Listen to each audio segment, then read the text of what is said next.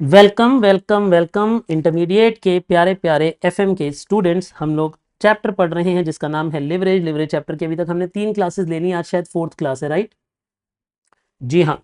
अभी तक पिछली क्लास में हमने जो पढ़ा था वो था ब्रेक इवन पॉइंट का कंसेप्ट। याद है आपको ब्रेक इवन पॉइंट के बारे में मैंने क्या बताया था बेटा? ब्रेक इवन पॉइंट का मतलब होता है एक ऐसा पॉइंट जिस पॉइंट पे there is no profit no loss.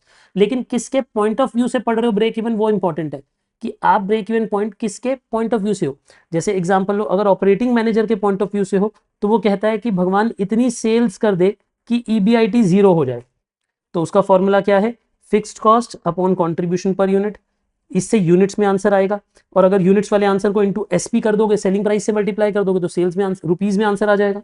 और अगर सेलिंग प्राइस उठा के नीचे ले जाओगे तो contribution by SP PV ratio बन जाता है, तो फॉर्मूले में पीवी रेशियो आ जाएगा। ठीक है जी।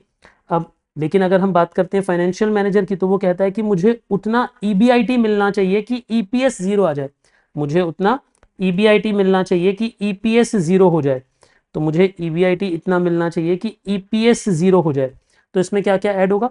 इसमें इंटरेस्ट आएगा, प्रेफरेंस डिविडेंड आएगा, नेट ऑफ टैक्स, यानी इसमें खाली प्योरली फाइनेंशियल चीजें आएंगी, प्योरली फाइनेंशियल चीजें आएंगी। बोलिए मेरी बातें आपको समझ आई? मैंने क्या कहा? बोलिए क्या ये बातें क्लियर हैं आपको? Is it clear? अब आगे देखते हैं। अगर हम बात करते हैं कंबाइंड ब्रेक इवन पॉइंट की, कंबाइंड ब्रेक इवन पॉइंट का मतलब होता है कि जो मालिक के लिए है, मालिक कहता है कि भगवान इतनी सेल्स कर दे कि भले ही ईपीएस जीरो हो, मेरी जेब से नुकसान ना हो, तो वो ईपीएस को जीरो मानने के लिए तैयार है। क्योंकि हम पड़ी ब्रेक इवन पॉइंट रहे हैं। देखो वो ये नहीं मानता कि जीरो प्रॉफिट हो, वो बट वो कह रहा है कि बुरे से बुरी सिचुएशन में जीरो प्रॉफिट हो, बुरे से बुरी सिचुएशन में क्या हो? जीरो प्रॉफिट, उससे कम ना हो, नेगेटिव ना हो। ठीक है जी। तो अब ऐसी सिचुएशन में हम क्या करते हैं? फिक्स्ड कॉस्ट के साथ इन दोनों को ऐड कर देते हैं न्यूमरेटर में, यानी हम फिक्स्ड कॉस्ट के साथ इंटरेस्ट और प्रेफरेंस डिविडेंड को ऊपर ऐड कर देते हैं, तो ये बन जाता है। फिर ऐसे ही इधर फिक्स्ड कॉस्ट के साथ इंटरेस्ट और प्रेफरेंस डिविडेंड को ऐड कर देते हैं, इधर भी फिक्स्ड कॉस्ट के साथ इंटरेस्ट और प्रेफरेंस डिविडेंड को ऐड कर देते हैं, ये फॉर्मूले बन जाते हैं। यानी combined leverage, combined break even point कैसे आती है?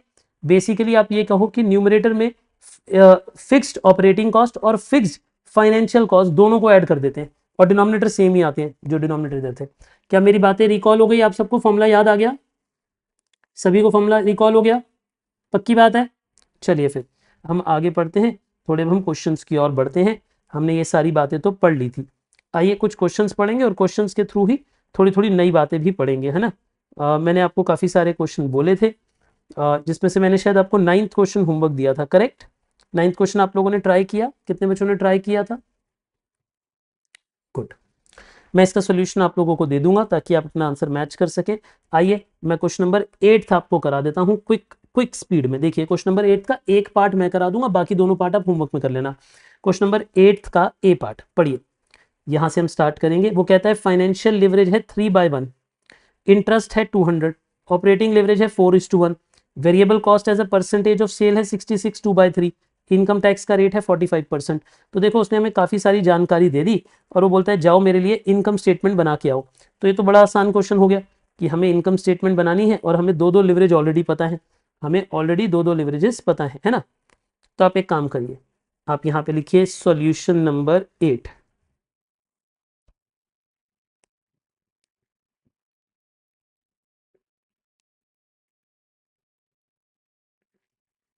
अब यहाँ पे आप ए बी सी तीनों लिख दीजिए, ठीक है? आप बाद में बी और सी को कंप्लीट कर लीजिएगा और यहाँ पे लिख दीजिए इनकम स्टेटमेंट। क्या लिख देंगे आप इधर? Income statement. चलिए अब यहाँ पे लिखिए पर्टिकुलर्स और यहाँ पे सबसे पहले लिखिए सेल्स। सेल्स में से माइनस होगी वेरिएबल कॉस्ट। अब जब वेरिएबल कॉस्ट माइनस हो जाएगी तो हमारे पास आ जाएगा कंट्रीब्यूशन। कंट्रीब्यूशन में से माइनस कर दीजिए फिक्स कॉस्ट। फिक्स कॉस्ट जब माइनस हो जाएगी तो बनेगा ईबीआईटी। अब ईबीआईटी में से माइनस कर दीजिए, आ जाएगा इंटरेस्ट। अब ईबीआईटी में से जब इंटरेस्ट माइनस हो जाएगा तो बनेगा अर्निंग बिफोर टैक्स। ठीक है जी। अब इस क्वेश्चन में प्रेफरेंस डिविडेंड वगैरह तो है, अर्निंग बिफोर टैक्स में से फिर टैक्स पहले टैक्स माइनस कर दो। और अब आपके पास प्रेफरेंस डिविडेंड तो है नहीं बेटा इस क्वेश्चन में, तो यही ईएटी हो जाएगा और यही ईएईएस भी हो जाएगा, क्योंकि अब इस क्वेश्चन में नंबर ऑफ शेयर्स भी नहीं है, तो यही आंसर होगा, बस यही फाइनल आंसर होगा। तो ये स्टेटमेंट हमें बनानी है सभी के लिए, ए के लिए, बी के लिए, सी के लिए, सबके लिए। तो ए के लिए बनाते हैं पहले। चलो ए के लिए हमें क्वेश्चन में क्या पता है? हमें पता है कि इंटरेस्ट है 200। देखो हमें सिर्फ इंटरेस्ट पता है। अगर एक बात बताओ, मुझे सिर्फ इंटरेस्ट पता है और कुछ नहीं पता, लेकिन फाइनेंशियल लिवरेज भी तो पता है, तो सबसे पहले वर्किंग नोट नंबर 1 में आप फॉर्मूला लिखो डीएफएल का। आप बताओ डीएफएल का फॉर्मूला क्या होता है? डीएफएल का फॉर्मूला होता है EBIT upon EBIT minus interest. क्योंकि इस क्वेश्चन में प्रेफरेंस शेयर्स तो है नहीं, ठीक है जी। तो ये फॉर्मूला आपको समझ आ गया, क्योंकि हमें इंटरेस्ट पता है और हमें साथ ही साथ डीएफएल भी पता है 3:1। तो अगर हमें डीएफएल पता है बेटा 3/1 और ईबीआईटी पता है, तो ईबीआईटी को आप चाहो तो एक्स लेके भी सॉल्व कर सकते हो, कि अगर मैं ईबीआईटी को एक्स ले लूं और एक्स माइनस 200 कर दूं तो ये कितना आ जाएगा? 3x minus 600 is equal to x. ये उधर ले जाओ, 2x इज इक्वल टू 600, बेटा इससे डिवाइड कर दो तो x is equal to 300। x is equal to 300। क्या ये बात आपको समझ आ गई बेटा? मैंने क्या कहा? x is equal to 300। बोलिए मेरी बातें क्लियर हैं आपको? मैंने क्या कहा? x आ गया 300। तो अगर x 300 है, 300 में से 200 हटा दो तो बचेगा 100। अब इसमें टैक्स का रेट कितना है? 45%। ये बात भी बोली हुई है क्वेश्चन में कि टैक्स का रेट है 45%। तो अगर टैक्स का रेट 45% है तो 45 रुपीज़ का टैक्स कट जाएगा, 55 रुपीज़ हमारा EAS बच गया। क्या यहाँ तक की लोअर हाफ की वर्किंग समझ आ गई बेटे आपको? ठीक है जी, बोलिए ये बातें क्लियर हो गई आपको? Absolutely clear, cool. अब अगर मुझे EBIT पता है तो EBIT की मदद से मैं और क्या कर सकता हूँ, वापस देखते हैं। अब मुझे क्वेश्चन में DOL भी पता है, DOL है 4:1। तो बेटे DOL का मतलब है कि मुझे कंट्रीब्यूशन और EBIT की भी रेशियो पता है। तो चलो मैं इसी के नीचे वर्किंग नोट नंबर 2 बना देता हूँ, DOL लिख देता हूँ। DOL का मतलब होता है कंट्रीब्यूशन अपॉन EBIT, और EBIT मुझे ऑलरेडी पता है और DOL भी मुझे पता है 4:1 है। तो DOL अगर 4:1 है, कंट्रीब्यूशन नहीं पता लेकिन EBIT 300 पता है, तो इसे मल्टीप्लाई कर दो, 1200 इज इक्वल टू कॉन्ट्रीब्यूशन। लो जी, हमारे पास कॉन्ट्रीब्यूशन भी निकल आया। हमारे पास कौन निकल आया? कॉन्ट्रीब्यूशन भी निकल आया। बोलिए मेरी बातें आपको समझ आ गई? मैंने क्या कहा? ये कॉन्ट्रीब्यूशन भी आ गया 1200, तो 1200 का हमारे पास कॉन्ट्रीब्यूशन भी आ गया। Is it clear? कूल। तो अगर मेरे पास कॉन्ट्रीब्यूशन भी 1200 का आ गया तो ये बैलेंसिंग फिगर से आ जाएगा। बैलेंसिंग फिगर से ये कितना आ गया बेटा? 900। ठीक है। अब मुझे अगर वेरिएबल कॉस्ट की रेशियो पता थी, देखो बेटा वेरिएबल कॉस्ट है 66 2/3। तो बेसिकली अगर एक बात बताओ, वेरिएबल कॉस्ट है 66.66% है ना, या 67%, तो ये बचा हुआ हो गया 33.33%। क्योंकि 66 2/3 का मतलब होता है 66.66%। ये बात जानते हो ना आप? बेटे 66.67% को ही हम 66 2/3 बोलते हैं, क्योंकि 2/3 0.67 होता है। तो ये 66.67 है और ये 33.33 है, तो इसे अगर 3 गुना करोगे तो 100% आ जाएगा। तो इसे थ्राइस कर लो। इसे थ्राइस करने का मतलब ये अगर 100% है तो ये 3600 होगा, ये 2400 होगा, ये 1200 होगा। लो जी, इनकम स्टेटमेंट आपके सामने तैयार है। क्या आपको ये बात समझ आई कैसे कैलकुलेशन हुई? मैं आपको इसकी सेल्स की कैलकुलेशन दिखा देता हूँ। देखो सेल्स कैसे कैलकुलेट हुई है, ये देखो वर्किंग नोट नंबर 3 में सेल्स कैसे कैलकुलेट हुई। सेल्स हमने ऐसे निकाली कि अगर कॉन्ट्रीब्यूशन 1200 है और 1200 33.33% है, तो बताओ 100% किसके बराबर होगा? तो इसे कैलकुलेट कर लो आप, देखो कैलकुलेट करके, वही आ जाएगा, ऑलमोस्ट 3600 रुपीज़ आ जाएगा। समझ गए आप मेरी बात? यानी अगर मैं यूं कहता हूं कि अगर 1200 की कंट्रीब्यूशन है डिवाइड बाय 33.33%, देखो अगर 1200 33.33% है तो 1200 को डिवाइडेड बाय 33.33% कर दो और इंटू 100 कर दो, तो उससे पूरी 100% की सेल डिराइव हो जाएगी। समझ गए आप मेरी बात? सबको क्लियर हो गया? जिन बच्चों को 9th में भी डाउट आया था, आई होप ये क्वेश्चन करने के बाद 9th का डाउट भी खुद ही रिजॉल्व हो जाता है, अगर आपने थोड़ी सी भी अक्कल लगाई हो। फिर भी अगर 9th में डाउट है तो मैं करा दूंगा 9th आपको, बट मुझे लगता नहीं कि डाउट होना चाहिए। वैसे मेरे हिसाब से बहुत ईजी है, वो भी हो जाना चाहिए। क्या ये बात आपको सबको समझ आ गई बेटा मैंने क्या कहा? चलिए मैं बी की वैल्यूज लिख देता हूँ, कैलकुलेशन आप घर पे कर लेना। आप सिर्फ मुझे वैल्यूज बताते जाओ बी की, है ना। एक बार क्विक करें, बिना लिखे करें, बी घर पे लिख के कर लोगे। अभी सीधे सीधा वैल्यू फिलअप करें। देखें ब्रेन कितना तेज चल पा रहा है आपका, चेक करें, बोलो हाँ या ना, तैयार हो आप? कूल, बच्चे कह रहे हैं बिल्कुल तैयार है। सुनो बी के बारे में सोचो। देखो बी ने कहा कि भाई हमारा जो इंटरेस्ट है वो है 300। अब देखो अगर बी कहता है कि मेरा इंटरेस्ट है 300, तो यहाँ पे तो 300 माइनस हो गया है ना। अब वो ये कहता है कि मेरी फाइनेंशियल लिवरेज है 4:1। बेटा फाइनेंशियल लिवरेज 4:1 का मतलब है कि EBIT, मतलब अब ये सोचो ये x है, x माइनस 300 बाय, तो जो आएगा उन दोनों को डिवाइड करके 4:1 आएगा। तो यानी यहाँ पे अगर आप सोचो अपने मन में, तो 4/1 is equal to x upon x minus 300। तो ये तो चला जाएगा 4x minus 1200 is equal to x, तो 3x इज इक्वल टू 1200, यानी x इज इक्वल टू 400। तो बेटा x की वैल्यू कितनी आ जाएगी 400, तो EBIT आ जाएगा 400 का। कितने बच्चों को समझ आ गया? ये सबको समझ आ गया? कर लोगे खुद से ऐसे या मैं लिख के कराऊं बेटे? कर लोगे ना? कर लेंगे। अब इसमें से ये 300 माइनस हो गया, बचा 100 माइनस 45, बचा फिर से 55, ये तो सेम ही बच रहा है।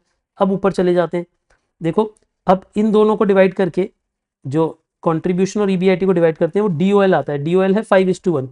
5:1 मतलब ये होगा 2000, क्योंकि तभी तो 5:1 आएगा, यानी यहाँ पे 1600 आएगी बैलेंसिंग फिगर। ठीक है, ये भी समझ आ गया। और इसकी वेरिएबल कॉस्ट है 75%। बेटा अगर वेरिएबल कॉस्ट 75% है, यानी ये अगर 100% है, उसमें से 75% चला गया, तो ये 25% बचा। तो अगर ये 25% बचा तो इससे 4 गुना होगा, यानी 8000 रुपीज़ होगा, और इसमें से 6000 माइनस होगा, ये बचेगा। बताओ बी समझ आ गया आपको? क्लियर हो गई बेटे? लॉजिक, लॉजिक क्लियर हो गया आपको? नाइन्थ वाला भी इसी के जैसा है बेटे। अगर आपसे नाइन्थ नहीं हुआ है किसी कारण, आज दोबारा ट्राई करना, हो जाएगा, वरना मैं उसका आंसर दे दूंगा आपको। ठीक है ना, डोंट वरी। सी वाले पार्ट पे चले बेटे। कितने बच्चों को लग रहा है कि सी वाला पार्ट पहले खुद ट्राई करेंगे? करो जल्दी करो, जल्दी करो, in 2 minutes, in just 2 minutes, not more than 2 minutes. C वाला पार्ट आप खुद सॉल्व करिए, मैं क्वेश्चन दिखा रहा हूं आपको। ठीक है, ये कॉपी कर लिया ना आपने?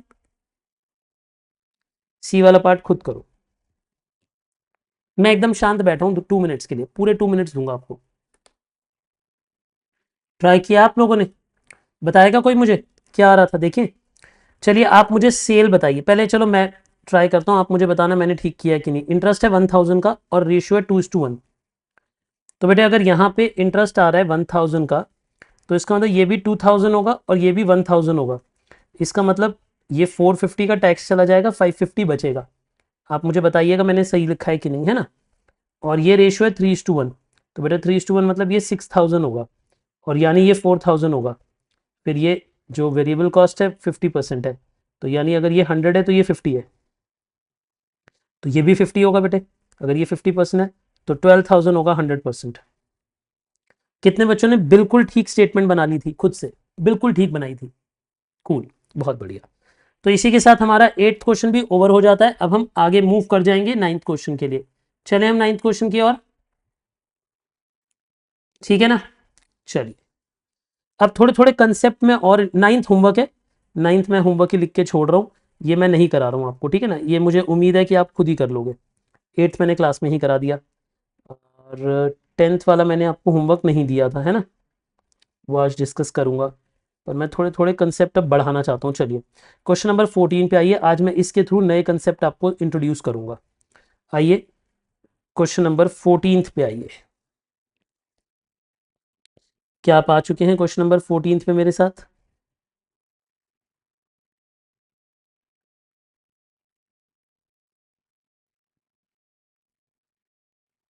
देखिए क्या कहता है क्वेश्चन नंबर 14।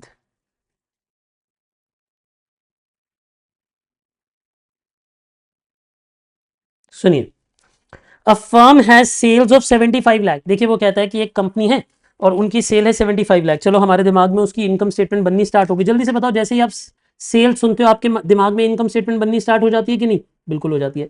सेल्स है, वेरिएबल कॉस्ट माइनस हो गई, फिक्स कॉस्ट माइनस हो गई, हम तो EBIT पे आ गए। अब डेट भी पता है तो उसका इंटरेस्ट भी निकल गया, इक्विटी पता है, वाह क्या बात है, पूरी की पूरी स्टेटमेंट ही बन गई है। तो मजा ही आ गया। ऐसे नहीं लग रहा एकदम टॉफी क्वेश्चन है? लेकिन नहीं है, अभी आगे चलो मजा आएगा। वो कह रहा है what is the firms ROI। अब ये तो हमें पढ़ाया नहीं सर आपने।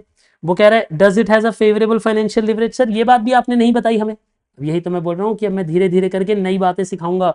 तो पहले मैं आपको ROI सिखाऊंगा। क्या सिखाऊंगा बेटे? ROI। आइए जरा हम आपको एक नया कंसेप्ट पढ़ाते हैं, कंसेप्ट नंबर 11।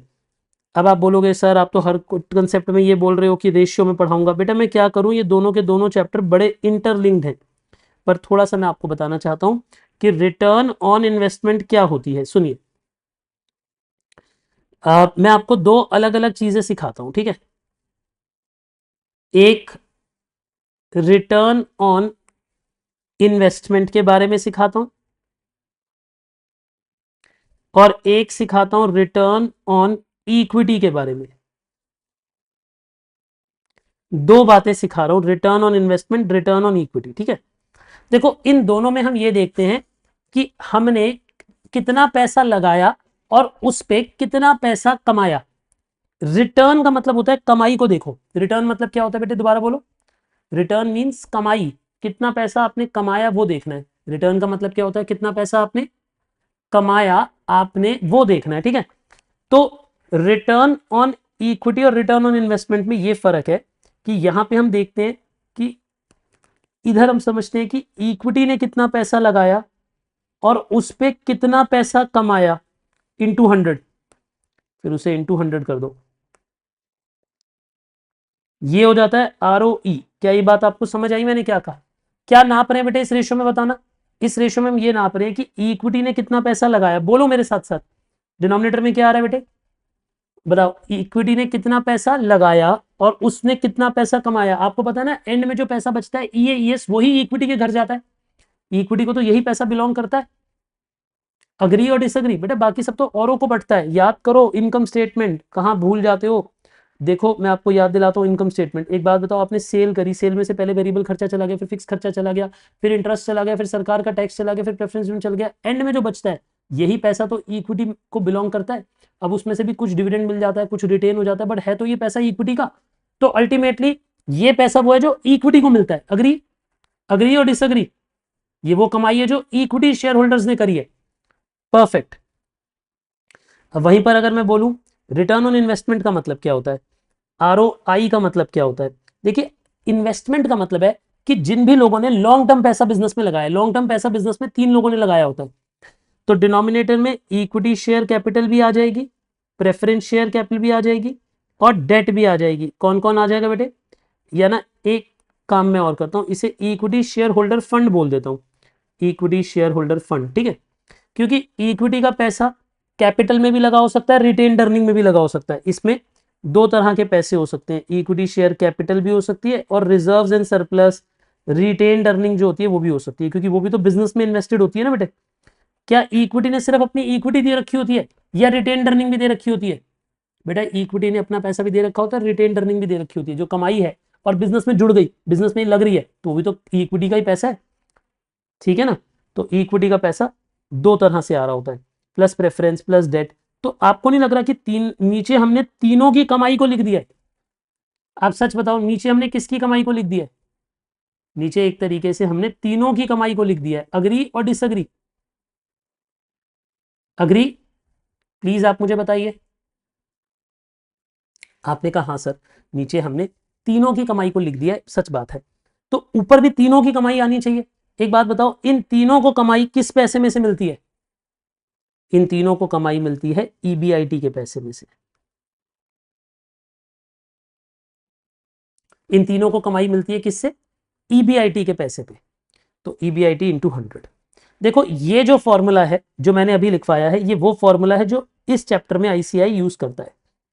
बट टेक्निकली इसके दो वर्जन और होते हैं, बट वो मैं आने वाले चैप्टर्स में सही जगह पे पढ़ाऊंगा। अभी के लिए इतना लिख लो, और मैं वो दोनों फॉर्मूले लिख के अभी इरेज कर दूंगा, आप लिखना मत। बस मैं थोड़ा सा आपको बता देना चाहता हूँ, वरना बच्चों को ये लगेगा सर ने में बताया नहीं। वो इधर पढ़ने लायक नहीं है दो फॉर्मूले, इसलिए नहीं मैं बता रहा। बट वैसे मैं आपको बता दूं कि ROI के दो फॉर्मूले और होते हैं जो लिखने नहीं है, मत लिखना अभी। ROI का एक फॉर्मूला होता है profit after tax plus interest upon capital employed. इस इन तीनों के पैसे को मिलाकर कैपिटल एम्प्लॉयड भी बोलते हैं बेटा। क्या बोलते हैं? Capital employed. ये भी इसी का ही फॉर्मूला है। या फिर कुछ लोग EBIT में से पूरे में से ही टैक्स माइनस कर देते हैं, ये गलत फॉर्मूला है, लेकिन करते हैं कई लोग। कई जगह पे ICI ने भी कर रखा है, लेकिन वो गलत है। बट इन दोनों के बारे में मैं डिस्कशन करूंगा, लेकिन वो करूंगा रेशियो चैप्टर में, जब क्योंकि रेशियो चैप्टर जिसमें पढ़ने ही रेशियोज है। अच्छा अभी हम क्या रेशियो पढ़ रहे हैं, मुझे एक बात बताओ। नहीं, अभी हम रेशियो नहीं पढ़ रहे, अभी हम पढ़ रहे हैं लिवरेज। लिवरेज चैप्टर में रेशियो थोड़ी सी यूज होती है, 3-4 रेशियो यूज होती है, बस मैं वो उतनी बता रहा हूँ। जब रेशियो पूरी पढ़ाऊंगा तब बताऊंगा ना डिटेल में रेशियोज के बारे में। तो क्या सर ये दोनों फॉर्मूले अभी हमें लिखने नहीं? बेटा मैंने लिखने नहीं है, मैंने सिर्फ लिख के दिखा दिया और उसे काट भी दिया, क्योंकि मैं ये चाहता हूँ कि ये फॉर्मूले आपको ये बताओ कि हाँ सर अभी और इसके वर्जन बाकी हैं पढ़ना, पर अभी आपने नहीं पढ़ा है क्योंकि इस चैप्टर के लिए वो जरूरी नहीं है। इस चैप्टर में रिटर्न ऑन इन्वेस्टमेंट बोलो या फिर रिटर्न ऑन कैपिटल एम्प्लॉयड बोलो, एक ही बात होती है। रिटर्न ऑन कैपिटल एम्प्लॉयड भी इसी को कहते हैं, रिटर्न ऑन कैपिटल एम्प्लॉयड भी इसी को कहते हैं। क्या मेरी बातें आपको समझ आ गई बेटे? मैंने क्या कहा, क्या ये बात समझ है?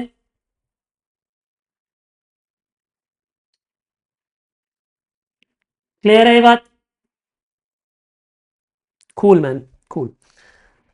चलिए अच्छी बात है कि आपको ये सारी बातें समझ आती हैं। मैं अगर मान लो आज आपसे कोई मिल जाए, आपको शाम को कोई मिल जाए अभी क्लास के बाद, है ना सर रात हो जाएगी, कोई बात नहीं, रात को कोई मिल गया, आप गली में वॉक करने गए थे, आपके एक दोस्त ने आपसे पूछा कि यार ये आरओआई क्या होता है, आरओआई आरओआई, तो आप क्या बोलोगे? सच बताना, उसे क्या बोलोगे?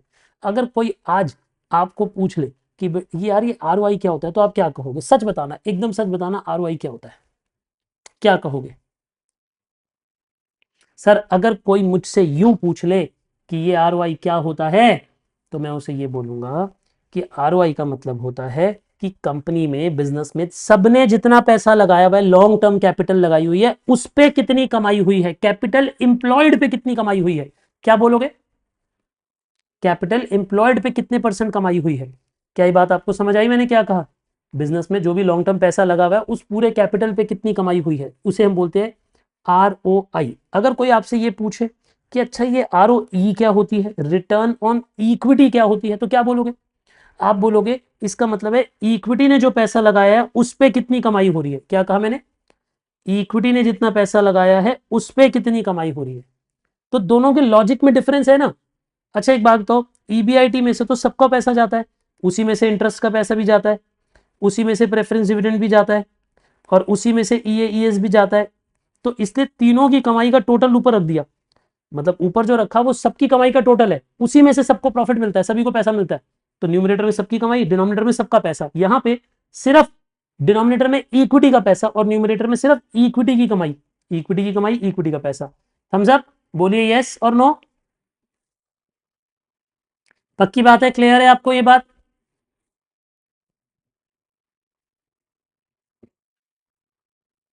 Is it absolutely clear? आई शाबाश मेरे लाल। चलिए, तो पहली बात तो उसने यही पूछी थी, व्हाट इज फर्म्स आरओआई। चलो ये तो मैं निकाल लूंगा। फिर एक और बात कह रहा है फेवरेबल फाइनेंशियल लिवरेज। सर ये क्या होता है? अब सुनो, मैं आपसे एक सवाल पूछूंगा, कहानी आपसे सुनना चाहता हूं। आपने पहले अब थोड़ी देर आराम करना है, कुछ नहीं लिखना, मैं आपको एक कहानी सुनाता हूं। बस आपने इस कहानी का अंत मुझे बताना है कि आपके हिसाब से इस कहानी का अंत क्या होगा, ठीक है? सुनो,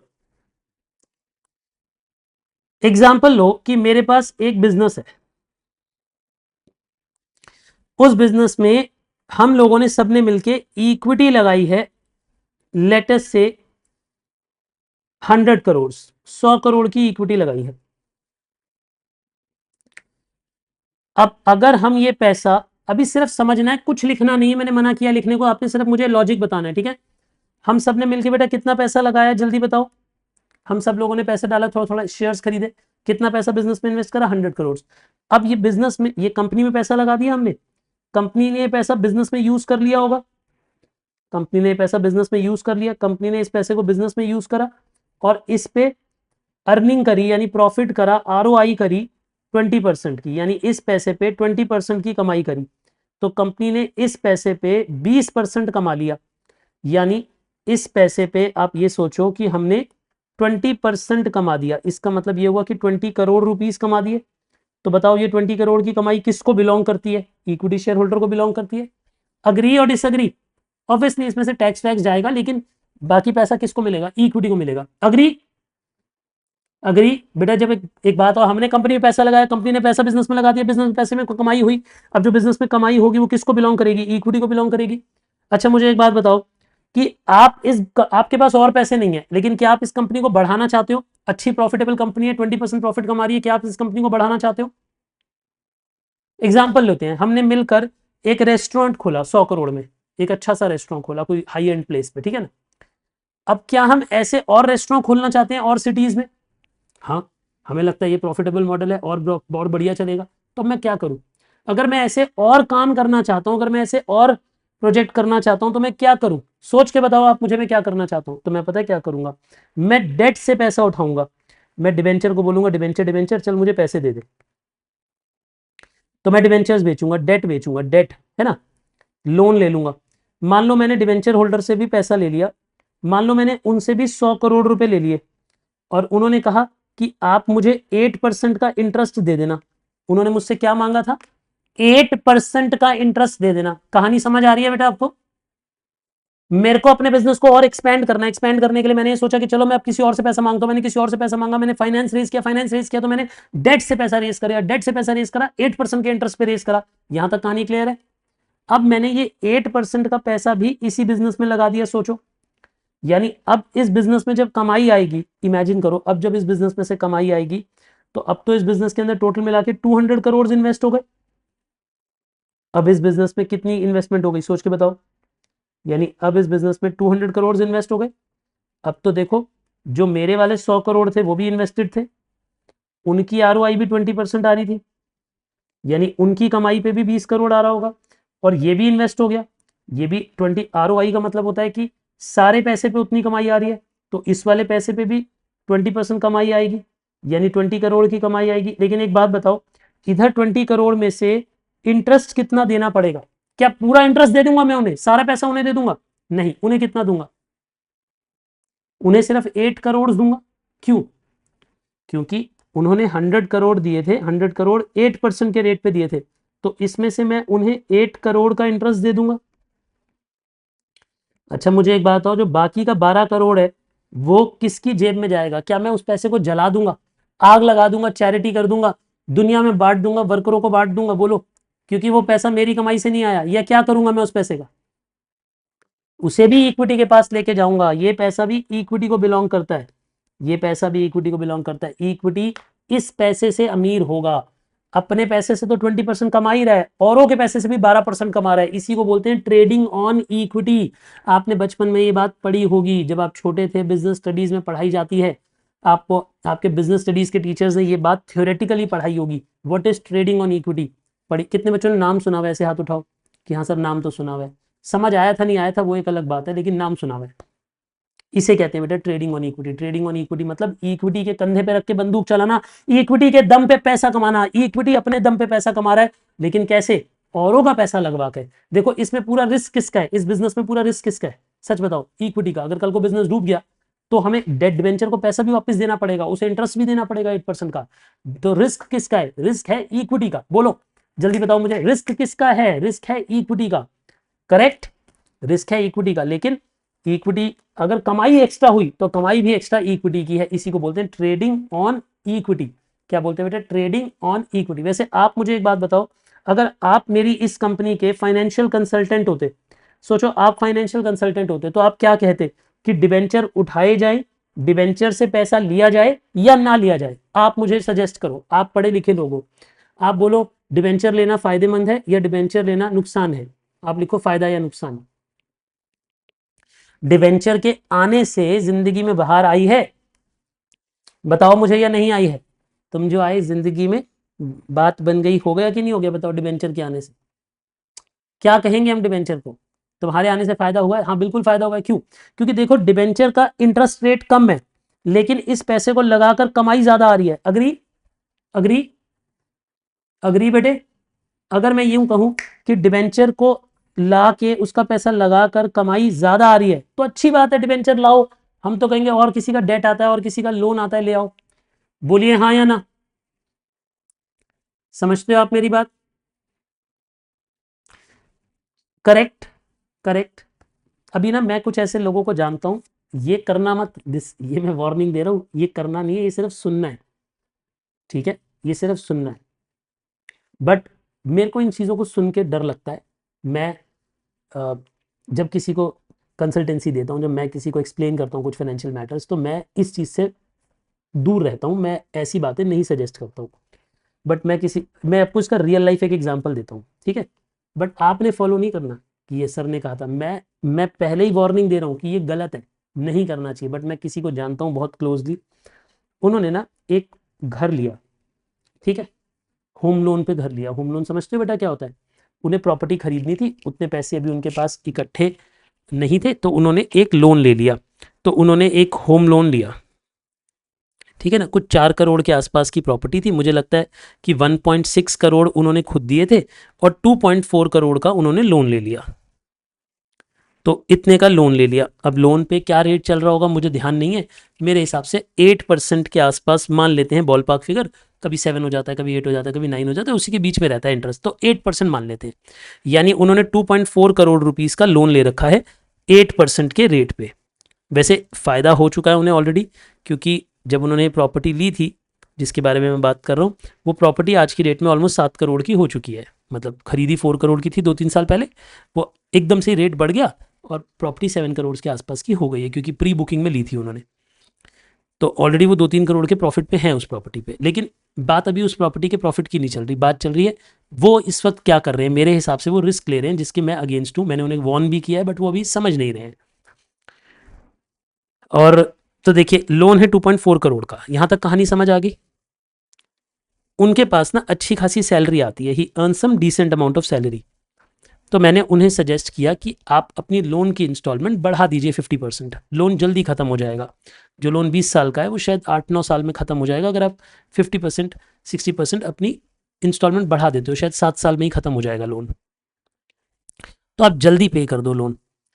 बट ही सेड कि नहीं, मैं नहीं दूंगा, और मैं तो लोन को जो मिनिमम अमाउंट है उतना ही दूंगा, और उल्टा बाकी पैसे मैं इस वक्त इन्वेस्ट कर रहा हूँ स्टॉक मार्केट में। और मैं इसीलिए इन्वेस्ट कर रहा हूँ स्टॉक मार्केट में क्योंकि वो मुझे 12-15% की रिटर्न दे रहे हैं। तो उनका ये मानना है कि मैं जो 50% एक्स्ट्रा डालने की बात कर रहा हूँ, वो कहते हैं कि मैं उसे स्टॉक मार्केट में इन्वेस्ट करूंगा क्योंकि वहाँ रिटर्न ज़्यादा है, और उसकी रिटर्न से मैं इंटरेस्ट पे कर दूंगा। मतलब उनका ये मानना है कि भाई देखो, अगर मैं 1 लाख इन्हें देता हूँ और मैं 50,000 यहाँ लगा देता हूँ, तो मैं 50 लाख पे डबल 1.5 गुना कमा रहा हूँ। तो मैं उतना एक्स्ट्रा कमा रहा हूँ कि मेरा इंटरेस्ट वहाँ का मतलब मेरा जो इंटरेस्ट का एक्सपेंस है वो ज़ीरो हो जाएगा। इफेक्टिवली मैंने उतनी कमाई कर ली होगी, ऐसा उनका मानना है। मैं इस पर कुछ कहना नहीं चाहूँगा, मैं इस पर अच्छा या बुरा कुछ नहीं कहना चाहूँगा, क्योंकि सिचुएशन की बात होती है कि आपकी अर्निंग की कितनी स्टेबिलिटी है, आपके पास जो इन्वेस्टमेंट आप कर रहे हो वो कितनी साउंड है, कितने अच्छे रिटर्न्स दे सकती है, उसे कब तक आप होल्ड कर सकते हो, प्लस लोन आपका कितने पीरियड का बचा है, आप अपनी लाइफ के किस एज पे हो, दोनों पार्टनर्स कमा रहे हैं कि नहीं कमा रहे, या एक ही जन कमा रहा है। लाइफ में बहुत सारी बातें मैटर करती है। I would not want to get into detail, but आपको नहीं लग रहा कि ये व्यक्ति ट्रेडिंग ऑन इक्विटी कर रहे हैं? सोच के बताओ कैसे कर रहे हैं ट्रेडिंग ऑन इक्विटी? क्योंकि ये लोन का पैसा लेकर अपने घर, उस घर में रह रहे हैं, घर अपने पैसों से नहीं खरीद रहे, और अपने पैसे को स्टॉक मार्केट में इन्वेस्ट करके ज़्यादा कमा रहे हैं। बट इसमें रिस्क भी है। क्यों रिस्क क्यों है? अगर कल को स्टॉक मार्केट फेल हो गई, नीचे चली गई, अगर स्टॉक मार्केट की कमाई मान लो कभी 4% पे आ गई, आ सकती है कि नहीं आ सकती? बिल्कुल आ सकती है।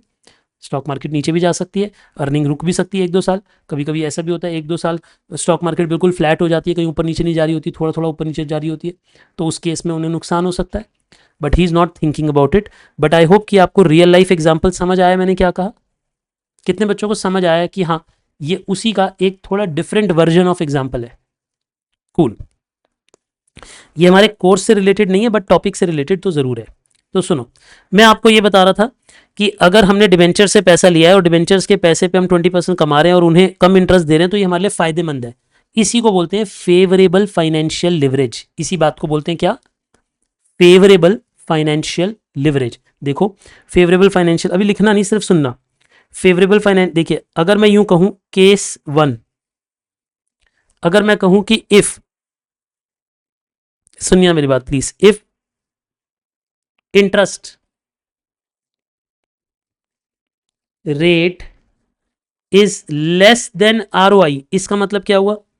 यानी अगर एक कंपनी खुद से ज्यादा प्रॉफिट कर रही है, अगर एक कंपनी खुद ज्यादा कमा रही है और इंटरेस्ट कम दे रही है, दोबारा बोलो, अगर एक कंपनी आरओआई ज्यादा कमा रही है, इंटरेस्ट कम दे रही है, तो उस केस में इसे बोलेंगे फेवरेबल फाइनेंशियल लिवरेज।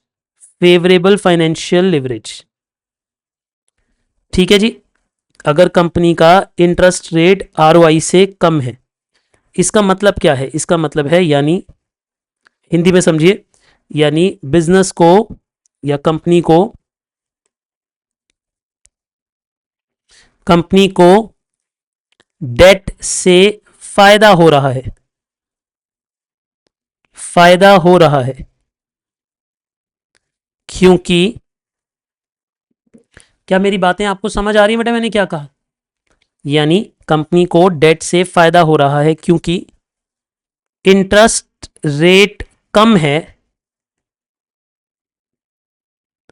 लेकिन आरओआई ज्यादा है। आपको मैं ना सिर्फ लिखवाना नहीं चाहता था, मैं समझाना चाहता था कि आपको ये लॉजिक समझ आया बेटा मैंने क्या कहा है? देखो, अगर एक कंपनी इन डिवेंचर से पैसा ले रही है और उस पैसे को बिजनेस में लगा के ज्यादा कमा रही है और उसमें से कम पैसा इंटरेस्ट में जा रहा है, तो जो बचा हुआ पैसा है वो इक्विटी की पॉकेट में जाएगा, इक्विटी के प्रॉफिट को बढ़ाएगा, इक्विटी की अर्निंग को बढ़ाएगा, इक्विटी की वैल्यूएशन को बढ़ाएगा, तो इक्विटी को फायदा हो रहा है, इसलिए बोल रहे हैं फेवरेबल फाइनेंशियल लिवरेज। देखो ये अच्छा, एक बात तो यहाँ पे रिस्क है कि नहीं है? रिस्क है, क्योंकि आप डेट उठा रहे हो, तो फाइनेंशियल रिस्क है। फाइनेंशियल रिस्क को क्या बोलते हैं? Financial leverage. मैंने क्या कहा था? लिवरेज क्या होती है? रिस्क का मेजर होता है। तो यहाँ पे फाइनेंशियल रिस्क है, हाँ, लेकिन फेवरेबल है, मतलब जोखिम उठाने से फायदा हो रहा है। रिपीट करो, मैंने क्या कहा प्रांजल? जोखिम उठाने से फायदा हो रहा है, आप रिस्क बियर कर रहे हो लेकिन रिस्क से आपको बेनिफिट हो रहा है, अग्री? बट क्या रियल लाइफ में हमेशा बेनिफिट होता है या नुकसान भी हो सकता है? बेटा रियल लाइफ में नुकसान भी हो सकता है। कैसे? समझो मेरी बात। उल्टा भी चल सकता है बेटा, मैं ये बताना चाहता हूं कि कहानी उल्टी भी हो सकती है। कैसे? सुनिए, अगर मैं आपको ये कहूं कि इंटरेस्ट रेट रिवर्स कर जाए, मान लो कि इंटरेस्ट रेट 8% रहे, लेकिन अगर एक कंपनी की आरओआई कम हो गई, मानो आरओआई 6% है, इसका मतलब क्या हुआ? यानी हम बिजनेस में पैसा लगा रहे हैं, बिजनेस में कमाई आ रही है 6%, लेकिन यानी 6 करोड़, लेकिन हमें इंटरेस्ट कितना देना है? 8 करोड़। तो 2 करोड़ जो एक्स्ट्रा देने हैं, 2 करोड़ एक्स्ट्रा पे करने हैं, वो इक्विटी को अपने घर से लाके देने पड़ेंगे, मतलब इक्विटी के प्रॉफिट में से जाएंगे। तो उल्टा डिबेंचर्स को रख के नुकसान हो गया, उसे कहते हैं अनफेवरेबल। तो ये आएगा केस 2। केस 2 क्या होता है बेटे? केस 2 होता है कि अगर इंटरेस्ट रेट ज्यादा है आरओआई से, तो इस सिचुएशन को बोलते हैं अनफेवरेबल ट्रेडिंग ऑन इक्विटी। क्या ये बात समझ गए? अनफेवरेबल फाइनेंशियल लिवरेज भी बोल सकते हो, या फिर अनफेवरेबल ट्रेडिंग ऑन इक्विटी भी बोल सकते हो, या फिर अनफेवरेबल ट्रेडिंग ऑन इक्विटी भी बोल सकते हो।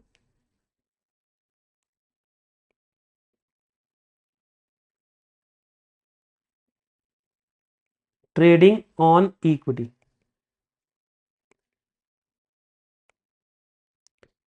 क्या मेरी बातें आपको समझ आ गई दोस्तों? जल्दी से बता दो हाँ या ना।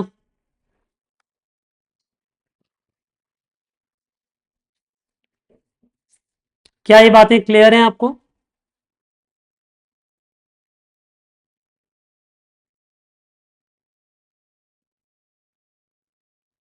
अब लिख लीजिए प्लीज, प्लीज। लॉजिक समझ आया? जल्दी से कॉपी करो, अब हम क्वेश्चन पे चलेंगे, जल्दी से कॉपी करो, जल्दी, एकदम एकदम quick. Sir, in the said house example, will that be a good decision if they had invested on any profitable investment rather than trading on equity?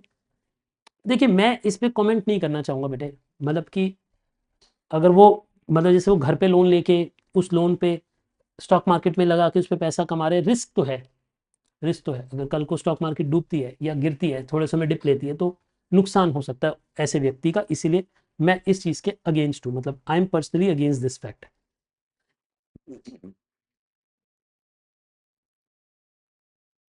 Please इसे जल्दी से आप कॉपी कर लीजिए और क्वेश्चन पढ़िए फिर, जल्दी से जल्दी कॉपी करो।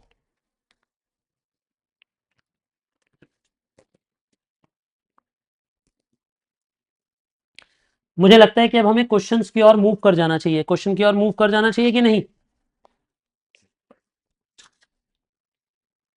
आपका कहना है कि हाँ sir, we must move towards some questions.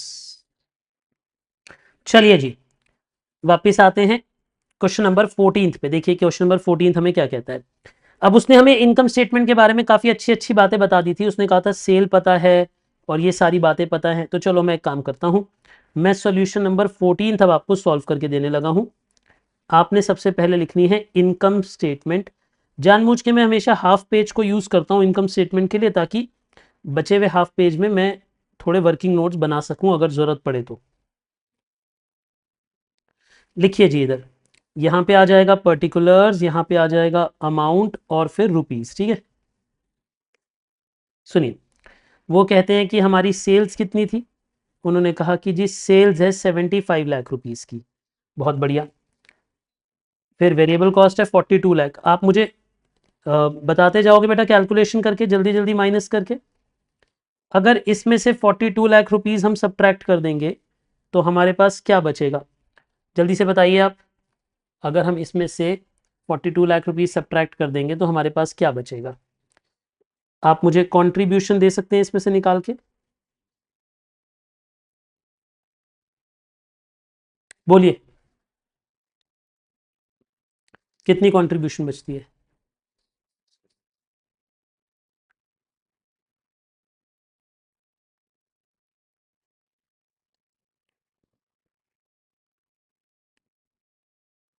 ओहो, मैंने चैट ही इंडिविजुअल बच्चे की खोली हुई है, ग्रुप चैट 33 lakhs। ये मैं इससे ये चेक करता हूँ कि कितने बच्चे एक्टिव हैं। जितने बच्चे रिस्पॉन्ड कर रहे हैं यानी वो एक्टिव हैं, बाकी तो सुस्त पड़े हुए हैं आराम से, है ना। ठीक है जी, ये भी हो गया हमारे पास। अब कंट्रीब्यूशन हो गया, अब इसमें से फिक्स कॉस्ट माइनस कर दीजिए। आप मुझे बताइए हमारी फिक्स कॉस्ट कितनी थी। 6 lakhs थी, ये भी क्वेश्चन ने बता दिया था हमें। तो जब हम फिक्स कॉस्ट माइनस कर देंगे क्या बचेगा हमारे पास, ईबीआईटी। ईबीआईटी 27 लाख का था। कूल। और क्या था बेटा इसके आगे, हम इंटरेस्ट भी निकाल सकते हैं। 45 लाख का 9%।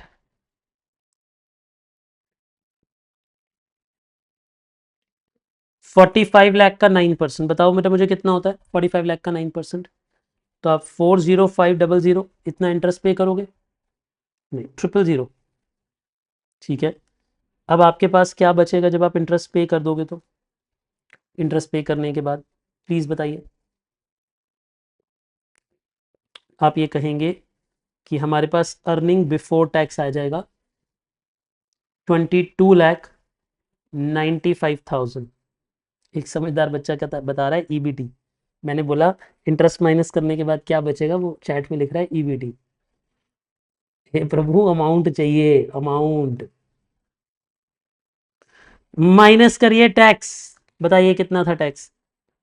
टैक्स रेट दिया है क्या क्वेश्चन में, नीचे कभी कभी दिया होता है, लास्ट लाइन में नहीं दिया है इस क्वेश्चन में, तो बस यहीं रुक जाओ। फिर यानी इस क्वेश्चन में हम इससे आगे नहीं बढ़ रहे अब, ठीक है, यहाँ रुक जाते हैं। ठीक है, अब पढ़िए। हाँ जी, क्वेश्चन जी क्या चाहिए। कह रहा है जी पहले तो मुझे फर्म की आरओआई बताओ। हमने कहा देखो इधर आओ, जब हमें रिटर्न ऑन इन्वेस्टमेंट निकालनी होती है, यानी इसका मतलब होता है कि हमें डिनोमिनेटर में सभी का पैसा लिखना पड़ता है कि बिजनेस में कितना पैसा लगा है, यानी कैपिटल एम्प्लॉयड कितनी है। तो यहाँ पे हम लिखते हैं इक्विटी फंड्स, है ना। इक्विटी का कितना पैसा लगा है। अब इस क्वेश्चन में प्रेफरेंस तो है नहीं तो भूल जाओ, सीधा डेट, है ना। अब इस क्वेश्चन में इक्विटी के कितने फंड्स थे 55 लाख, डेट के कितने फंड्स थे 45 लाख, तो वो दोनों ऐड हो जाएंगे, ऊपर आ जाएगा ईबीआईटी इंटू 100, है ना। यानी ईबीआईटी कितना था हमारे पास 27 लाख। तो यानी न्यूमरेटर में आ गया 27 लाख, डिनोमिनेटर में आ गया बेटे इक्विटी का 55 लाख लगा था और डेट का 45 लाख लगा था इंटू 100। तो यानी ये कुल मिलाकर बन जाती है परसेंटेज वाइज 27%। कुल मिला के परसेंटेज वाइज बन जाता है 27%। बोलिए मेरी बातें आपको क्लियर होगी मैंने क्या कहा, जी हाँ या ना। कूल। ये आ गया हमारे पास आरओआई। अब सेकंड पॉइंट पे आते हैं।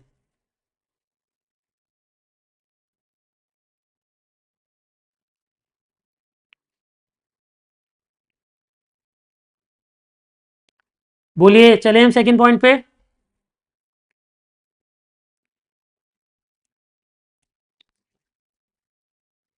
आइए जी, अब वो ये कहता है does it have a favourable financial leverage. तो देखो अब आप क्या लिखोगे, पहले आप यहां पे लिखो कि इंटरेस्ट रेट ऑन डेट कितना है, यानी जब हम लोन लेते हैं तो उस पर ब्याज कितने परसेंट देना पड़ता है, 9%।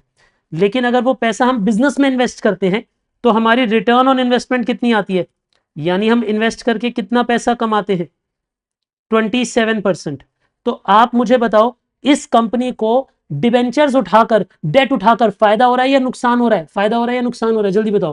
फायदा हो रहा है। कितने, देखो मेरे को रटवाना नहीं है, मैं फाइनेंस रटवाता नहीं हूं, मैं समझाता हूं। आप मुझे ये बताओ कि लॉजिकली समझ आया कि कंपनी को फायदा हो रहा है, कितने बच्चों को समझ आया। देखो अब आपके मन में पता है कैसा डायग्राम बनना चाहिए, सुनो मेरी बात, बनाना मत लेकिन दिमाग में बनाना। आपके मन में इस वक्त ये डायग्राम बन रहा होना चाहिए, यानी इस कंपनी ने डिबेंचर से जो पैसा लिया है उस पे 9% इंटरेस्ट देने का वादा किया है, लेकिन उस पैसे को इन्वेस्ट करके जो आरओआई कमाई है वो 27% है, यानी उसके पैसे पे कमाई आई 27%, उसमें से 9% उन्हें इंटरेस्ट दे दिया, और जो बचेगा वो इक्विटी के द्वार चला जाएगा, इक्विटी के पास चला जाएगा। तो क्या इक्विटी को भला हो रहा है, क्या डिबेंचर रखने से इक्विटी को फायदा हो रहा है, हाँ फायदा हो रहा है इस कंपनी को पैसा बच रहा है, कंपनी को पैसे की कमाई बढ़ रही है, कंपनी को डिबेंचर से पैसा लेके बेनिफिट हुआ है, ये कहना है हमने। आपको लॉजिक समझ आया। देखो लिखेंगे तो हम 4 शब्द, अब मेरे में और रटवाने वाले टीचर में फिर क्या फर्क रह गया। अगर मैं भी सिर्फ ये बात बता दूं आपको कि देखो बेटा, अगर इंटरेस्ट रेट अगर इंटरेस्ट रेट कम होता है आरओआई से तो it shows favourable financial leverage.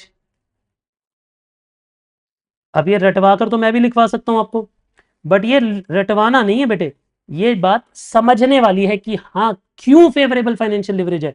आप इसके हर एक वर्ड को समझो, फेवरेबल मतलब फायदेमंद, फेवरेबल मतलब फायदेमंद, और फाइनेंशियल लिवरेज मतलब फाइनेंशियल रिस्क। क्या इस कंपनी ने फाइनेंशियल रिस्क लिया है, सोच के बोलो, क्या इस कंपनी ने फाइनेंशियल रिस्क लिया है, हाँ डिबेंचर उठाना एक फाइनेंशियल रिस्क है, डिबेंचर उठाना एक फाइनेंशियल रिस्क है, क्योंकि अगर आप लोन पे उठाते हो पैसा तो कभी कभी कंपनी डूब भी सकती है। ठीक है, मैं थोड़ा सा कोर्स से बाहर, मैं वैसे कभी कोर्स से बाहर जाता नहीं, बट कोर्स से बाहर जाके 2 मिनट की बात कर सकता हूं आपसे, करना चाहोगे आप, थोड़ा थोड़ा कोर्स से बाहर जाके सुनो मेरी बात।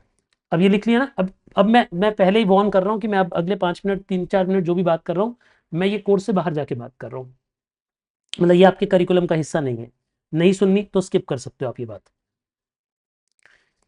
एक्चुअली में ना देखो 2020 में कोविड आया था, याद है आपको। ये जितना मैं फाइनेंस को फील कर पाता हूँ ना, मैं वो आप अपने दिल से बात कर रहा हूँ आपसे इस वक्त। 2020 से पहले ना, पिछले 30 40 50 साल में कोई बहुत बड़ी दुर्घटना इंसान ने नहीं देखी थी, इतनी बड़ी दुर्घटना नहीं देखी थी कि पूरी दुनिया बंद हो गई और घर पे बैठी है। आपने भी नहीं देखी होगी इतनी क्लीन एनवायरनमेंट, आपने भी नहीं देखा होगा अपने घर के बाहर की इतनी सफाई, नो पोल्यूशन। वो सब आपको देखने को मिला कब, जब, क्योंकि सब कुछ बंद था, है ना। तो जब लॉकडाउन वगैरह लगा उस टाइम की बात हो रही है। एक्चुअली में क्या था कि 2020 से पहले की मेजर धक्का किसी को नहीं लगा था, तो कंपनियां पता है क्या कर रही थी, खूब डेट उठा रही थी, खूब डेट उठा रही थी, खूब लोन उठा रही थी, 8% पे, 9% पे, 10% पे, सब कंपनियों ने खूब खूब लोन उठाए, बिजनेस में लगाए, और बिजनेस में कमाई आती थी 15% 18%। तो बढ़िया तरीके से इनको देने के बाद भी कंपनी में फेवरेबल थी, यानी फेवरेबल फाइनेंशियल लिवरेज देखने को मिल रही थी। समझ आ रहा है आपको मैंने क्या कहा, बिजनेसेस को फेवरेबल फाइनेंशियल लेवरेज देखने को मिल रही थी, मजा आ रहा था, बिजनेस कह रहे थे जिंदगी में मजा है तो सिर्फ यही है और कोई है ही नहीं, कि लोन पे पैसा उठाओ, लोन का पैसा यूज करो और लोन के पैसे पे कमाई करो। सबसे मजेदार बात थी, बिल्डर्स बिल्डिंग बना रहे थे लोन पे पैसा लेके, बिजनेसमैन लोन के पैसे पे लेके एयरलाइन चला रहे थे। समझ रहे हो मेरी बात, मतलब दुनिया ही चल रही थी इस पे। लेकिन फिर हुआ क्या, फिर जैसे कोविड आया ना, कोविड ने इंसान को असलियत बताई कि बेटा बिजनेस एक रिस्की चीज है, बिजनेस रुक भी सकता है, बिजनेस बंद भी हो सकता है, बिजनेस हॉल्ट भी हो सकता है। अब एक बात बताओ, उस टाइम पे बिजनेस के ऊपर जिनके ऊपर डेट थी, जिनके ऊपर डेट थी उनको तो इंटरेस्ट देना पड़ेगा, चाहे कमाई जीरो आ गई, आरओआई जीरो आ गई थोड़े समय के लिए, भाई उस 4-6 महीने 8 महीने के लिए तो आरओआई जीरो हो गई, ज्यादातर बिजनेस बंद हो गए, लेकिन बिजनेस को इंटरेस्ट तो देना पड़ेगा वो 8% 10% का। तब बहुत सारे बिजनेसेस को ना समझ आया, इनफैक्ट इन्वेस्टर्स को भी समझ आया, हमारे जैसे इन्वेस्टर्स को भी समझ आया कि ऐसी कंपनियां जिनमें लोन ज्यादा है वहां कमाई तो ज्यादा हो रही है, लेकिन जब डूबेंगी तो डूबेंगी भी बहुत बुरी तरह। कितने बच्चों को ये बात समझ आई कि जब तक आरओआई ज्यादा है तब तक तो मजा आ रहा है, क्या बात है, 8% पे पैसा उठा रहे हैं, 18% कमा रहे हैं। भाई दुनिया का सबसे आसान खेल हो गया ना ये तो। यार एक बात तो, आप एक बड़े बिजनेसमैन हो, ये तो दुनिया का सबसे आसान खेल हो गया। आप किसी से पैसा उठा रहे हो 8% पे, उस पैसे को बिजनेस में लगा रहे हो, 18% कमा रहे हो, उसे देने के बाद भी 10% आपके पास बच रहा है। आपकी तो मौज ही मौज है, बताओ हाँ या ना। आपका कुछ लगा नहीं और आप पैसा कमा रहे हो। मेरी बात आपको समझ आती है मैंने क्या कहा? तो ये तो मौज थी। लेकिन जब कमाई जीरो हुई तब समझ आया कि अरे इंटरेस्ट अब जब घर से देना पड़ेगा तो नुकसान हुआ।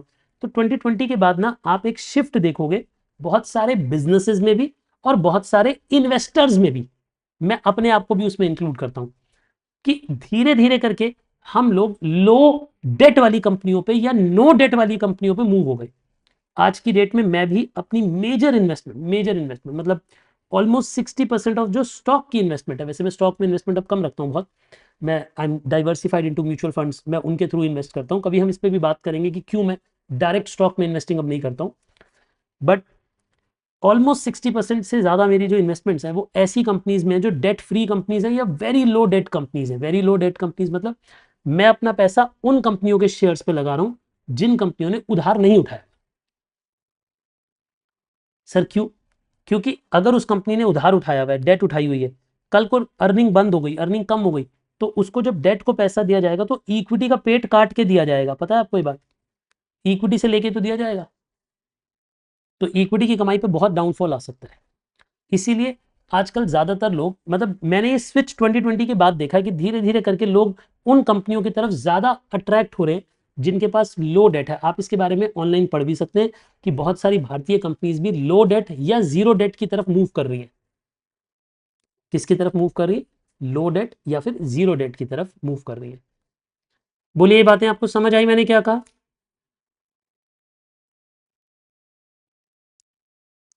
आई होप ये बात थोड़ी थोड़ी समझ आई। बस मैं ये सिर्फ एक एक्स्ट्रा डिस्कशन करना चाह रहा था। कभी इसका एक्सटेंडेड डिस्कशन करेंगे क्लास के बाद, कभी हम फ्री होंगे ना, किसी दिन रात को बैठ के जूम कॉल लगा के अपनी हम आपस में बात करेंगे फाइनेंस के डिटेल के बारे में।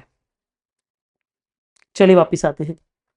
तो हम बात कर रहे थे इंटरेस्ट रेट ऑन डेट के बारे में, रिटर्न ऑन इन्वेस्टमेंट के बारे में, और हमने ये बात करी कि ये फेवरेबल है, इस कंपनी के लिए फेवरेबल है। बताओ फेवरेबल क्यों है? यार आप इंटरेस्ट दे रहे हो 9% और आप कमाई कर रहे हो 27%, तो मजा ही आ रहा है आपको। अब ठीक कह रहे हैं, रिलायंस ने भी अनाउंस किया था कि वो अपने आप को नो डेट कंपनी पे ले आएंगे। ऑलमोस्ट नेग्लिजिबल डेट पे बैठे हैं, मतलब इतनी बड़ी साइज की कंपनी के लिए जो डेट उनके पास है वो ना के बराबर है। आजकल बहुत बड़ी बड़ी कंपनियां जीरो डेट पे मूव हो रही हैं। सोचो अंबानी ने, मतलब मुकेश अंबानी ने अपनी कंपनी की इक्विटी दे दी लोगों को और उनसे पैसा लेके अपना डेट चुकाया कि भैया डेट नहीं चाहिए, कल को बिजनेस बंद हुआ, थोड़े समय के लिए हॉल्ट हुआ, तो बिजनेस में इंटरेस्ट कहाँ से भरेंगे? ठीक है जी। हाँ, Adani group high debt company है आज भी। अभी जब हम बात कर रहे हैं अभी तक तो है, फ्यूचर का हम कह नहीं सकते कि डेट नहीं रहेगी या कंपनी नहीं रहेगी, वो मुझे नहीं पता। बट अभी हाई डेट कंपनी है अडानी। ठीक है, वापिस आते हैं। What is ROI, what is favourable financial leverage, ये बातें क्लियर हो गई आपको सबको? आइए, if the firm belongs to an industry whose asset turnover is 3, वो कहता है कि ये जो कंपनी है ना, ये जो फर्म है, ये एक ऐसी इंडस्ट्री में बिलोंग करती है जिसकी एसेट टर्नओवर 3 है। मतलब इस कंपनी की एसेट टर्नओवर 3 नहीं है, जिस इंडस्ट्री को ये बिलोंग करती है वहां की एसेट टर्नओवर 3 है। तो वो हमसे पूछ रहा है हमारी कंपनी की एसेट टर्नओवर हाई है या लो है। वो कह रहा है हमें बताओ एसेट टर्नओवर हमारी हाई है, एसेट लिवरेज लो है या हाई है। अब इसके लिए आप क्या करोगे? अब लिखना मत, थोड़ी देर सुनना। सुनिए, थर्ड पार्ट। पहले आप क्या करो, पहले आप इस फर्म का एसेट टर्नओवर रेशियो निकालो। Firm asset turnover ratio. अब आप मुझे बोलोगे सर एसेट टर्नओवर रेशियो का मतलब होता है कि नीचे आ जाएंगे एसेट और ऊपर आ जाएगी सेल्स। यही होती है ना बेटा एसेट टर्नओवर रेशियो, सबको पता है ये बात? जी हाँ सर, हमें ये बात पता है। सर अब इस कंपनी की सेल भी पता है, इस कंपनी की सेल थी 75 लाख। सर आप हमें इस कंपनी के एसेट ला दो जरा। देखो अब मैं एसेट कहां से उठा के लाऊंगा? अब अगर आप ध्यान से पढ़ो तो इस कंपनी में एसेट तो कहीं दिए नहीं है। आप क्वेश्चन को चाहे 10 बार पढ़ लो, क्या क्वेश्चन में आपको एसेट पता है? अरे नहीं पता। अब मैं आपको कॉमन सेंस सिखाऊंगा। देखो बेटा, अगर इधर मैं एक वर्किंग नोट बनाऊं और वर्किंग नोट में मैं बैलेंस शीट बनाऊं और बैलेंस शीट में लिख दूं कि इक्विटी है 55 लाख और ये लिख दूं कि डेट है 45 लाख और कुछ नहीं है, तो यही टोटल होगा बेटे, यानी टोटल लायबिलिटी है 100 लाख। अब मुझे कॉमन सेंस की बात बताओ, अगर एक कंपनी की टोटल लायबिलिटी 100 लाख है तो उसके एसेट कितने होंगे? तो उसके एसेट भी 100 लाख होंगे सर। फिर ऐसे बिजनेस के तो एसेट भी 100 लाख के होंगे, तो हमें मिल गए टोटल एसेट। मजा आ गया। आपको समझ आया मैंने टोटल एसेट कैसे ढूंढे? सच बताओ बेटा, मैंने टोटल एसेट ढूंढने के लिए क्या किया? मैंने ये कहा कि जो टोटल लाइबिलिटीज हैं वही तो टोटल एसेट के बराबर होंगी, जो टोटल लाइबिलिटीज हैं वही तो टोटल एसेट के बराबर होंगी। तो हमने उन दोनों को बराबर मान लिया, यानी यहां पे हमने 100 लाख रुपीज लिख दिए। तो इससे आंसर आ गया 0.75 टाइम्स, यानी हमारी एसेट टर्नओवर कितनी है? सच सच बताओ, बताओ आप मुझे, हमारी एसेट टर्नओवर कितनी है? आप कहोगे हमारी एसेट टर्नओवर है 0.75 टाइम्स। हमारी एसेट टर्नओवर है 0.75 टाइम्स। एनी डाउट प्यारे से प्यारे बच्चे, बताइए, any doubt till now? No doubt. तो आपको ये बात समझ आ गई कि हमारी एसेट टर्नओवर रेशियो है 0.75। कूल, शाबाश। लिख लिया आपने? अब देखो, उन्होंने ये कहा कि इंडस्ट्री की जो एसेट टर्नओवर है वो 3 है। इंडस्ट्री एसेट टर्नओवर कितनी है? वो है 3 टाइम्स। यानी बाकी कंपनियां जो है, मतलब जो इंडस्ट्री, समझते हो क्या होती है? कितने बच्चों को इंडस्ट्री वर्ड का मतलब पता है? इंडस्ट्री का मतलब होता है सभी फर्म्स को मिलाकर जो बनती है वो इंडस्ट्री होती है। पता है आपको ये बात? सभी फर्म्स को मिलाकर जो बनती है उसे क्या बोलते हैं बेटे? इंडस्ट्री। तो वो ये कहता है कि जो इंडस्ट्री है, जो सभी फर्म्स को मिलाकर बनी है, उसकी एसेट टर्नओवर है 3। उसकी एसेट टर्नओवर कितनी है? 3। और हमारी फर्म की एसेट टर्नओवर है 0.75। तो बताओ हमारी लो एसेट टर्नओवर है या हमारी हाई एसेट टर्नओवर है इंडस्ट्री के मुकाबले? अच्छा एक बात बताओ, बाकी सब बच्चों के 300 मार्क्स आए, आपके 75 मार्क्स आए, तो आपके मार्क्स हाई आए या लो आए? आपके मार्क्स लो आए बेटा, कम आए ना। तो जब बाकी सबकी एसेट इंडस्ट्री टर्नओवर, इंडस्ट्री की एसेट टर्नओवर 3 है और आपकी एसेट टर्नओवर 0.75 है, तो अब आप क्या लिखोगे? यही तो पूछा है क्वेश्चन ने कि डज दिस हैव हाई और लो एसेट लिवरेज। तो आप इधर बोलोगे this firm has low asset leverage. Asset leverage लिखो या एसेट टर्नओवर लिखो, एक ही बात है।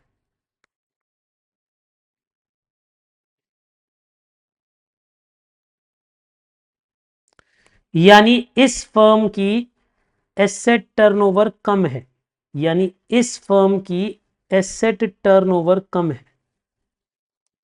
क्या मेरी बातें आपको समझ आ गई बेटा? मैंने क्या कहा? यानी इस एसेट की, मतलब इस फर्म की एसेट टर्नओवर रेशियो कम है। जल्दी से कॉपी कर लो इतना।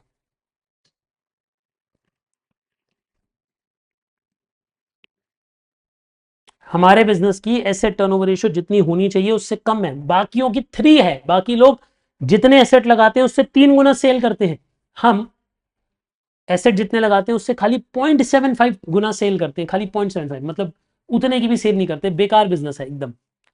क्यों बेकार है? क्योंकि सेल बहुत कम है। आपने 100 लैक्स के एसेट लगाए हैं और सेल है सिर्फ 75 लाख। सेल कितनी है? सिर्फ 75 लाख। क्या ये बात आपको समझ आई मैंने क्या कहा?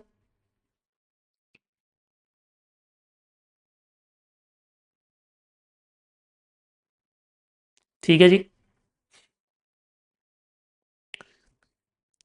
यहां तक की बातें समझ आ गई बेटे आपको मैंने क्या कहा? एक बच्चा है, थोड़ा अल्प ज्ञान है उन्हें अकाउंटिंग का, आइए उनकी अकाउंटिंग को साफ करते हैं थोड़ा सा। ठीक है, वो कह रहा है सर हमने बैलेंस शीट में जो हमने प्रॉफिट करा है वो प्रॉफिट क्यों नहीं इंक्लूड करा? आपको कैसे पता कि इक्विटी के फंड्स में प्रॉफिट इंक्लूडेड नहीं है? आपको कैसे पता? और वो तो इस साल का प्रॉफिट है, वो तो नेक्स्ट ईयर की बैलेंस शीट में आएगा। भगवान थोड़ी ना हो बेटे आपका, आप कोई ऐसे थोड़ी, मतलब धरती पे प्रकट थोड़ी ना हो मूर्ति में से निकल के। जो आपको पता लग जाएगा कि इस साल का प्रॉफिट कितना होगा, वो पहले ही आप इक्विटी में इंक्लूड कर लोगे, नहीं करोगे, बैलेंस शीट को छेड़ा नहीं जाता। ठीक है जी, जो बैलेंस शीट की इन्फॉर्मेशन दी है उसी को यूज करते हैं, मतलब हीरो नहीं बनते क्वेश्चन के साथ। अकाउंटिंग में कभी किया है ऐसे कि करंट ईयर का प्रॉफिट बैलेंस शीट में इंक्लूड कर दो पहले? वाह, मतलब मैं बातचीत कर रहा हूँ, थोड़ा सर पे चढ़ के नाचने लगोगे कि कुछ भी सोचने लगोगे। मतलब अकाउंटिंग को तो दिमाग में रखोगे, मैं ये तो मान के चलूंगा कि ये बच्चा 11वीं 12वीं और फाउंडेशन में अकाउंटिंग पढ़ के आया है। मतलब ऐसा डाउट मत पूछो कि मैं आपको भी और अपना भी दोनों का सर दीवार पे मारूं। इतनी बैलेंस शीट तो बनानी आती है। एक बच्चा कह रहा है कि इस कंपनी ने रिस्क हाई ले लिया और सेल कम है। हाँ, ऐसा कह सकते हो कि इस कंपनी ने रिस्क भी उठा रखा है और सेल भी कम है। ठीक है, अगला topic, what are the operating financial and combined leverage. ये तो तीनों आप ही कर दोगे, वैसे ये तो सबसे आसान पार्ट है, तीनों लिवरेज निकालना। चलो फोर्थ पार्ट में तीनों लिवरेज निकालते हैं। अब आपको अब समझ आ रहा है कि चैप्टर का नाम है लिवरेज, लेकिन लिवरेज सिर्फ एक पॉइंट है, बाकी सब कुछ और करना है। जल्दी जल्दी निकालो जरा। डीयूएल क्या होता है, जल्दी जल्दी बताओ। डीयूएल होता है कॉन्ट्रीब्यूशन बाय ईबीआईटी। डीएफएल क्या होता है? डीएफएल होता है ईबीआईटी अपॉन ईबीटी। अच्छा, डीसीएल क्या होता है? डीसीएल होता है कॉन्ट्रीब्यूशन अपॉन ईबीटी। अब जरा जल्दी जल्दी ये सारी फिगर्स दे दो आप मुझे। कंट्रीब्यूशन कितनी थी? 33 लैक्स। ईबीआईटी कितना था बेटे? ईबीआईटी था 27 लाख।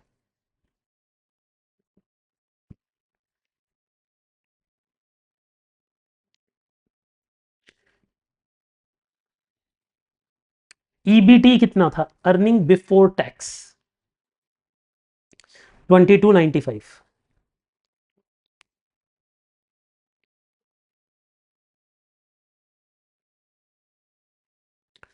यहां तक की बातें आपको समझ आ गई थी जी?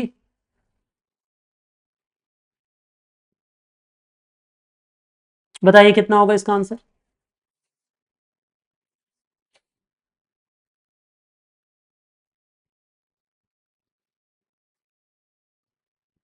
डीसीएल वन नहीं, अब देखो बच्चे ही कर रहे हैं, मैं नहीं कर रहा हूं, आप अपनी कैलकुलेशन ठीक रखिएगा।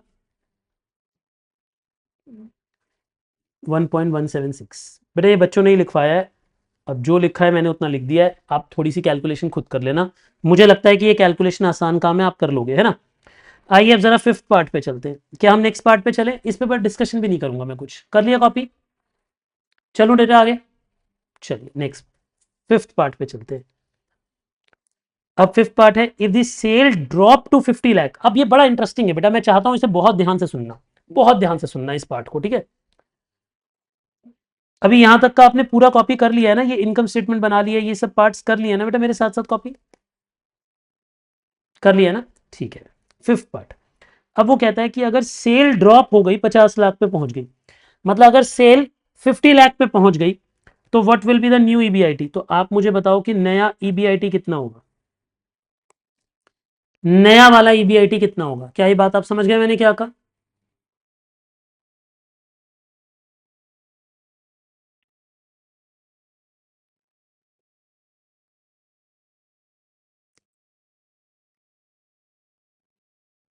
चलिए,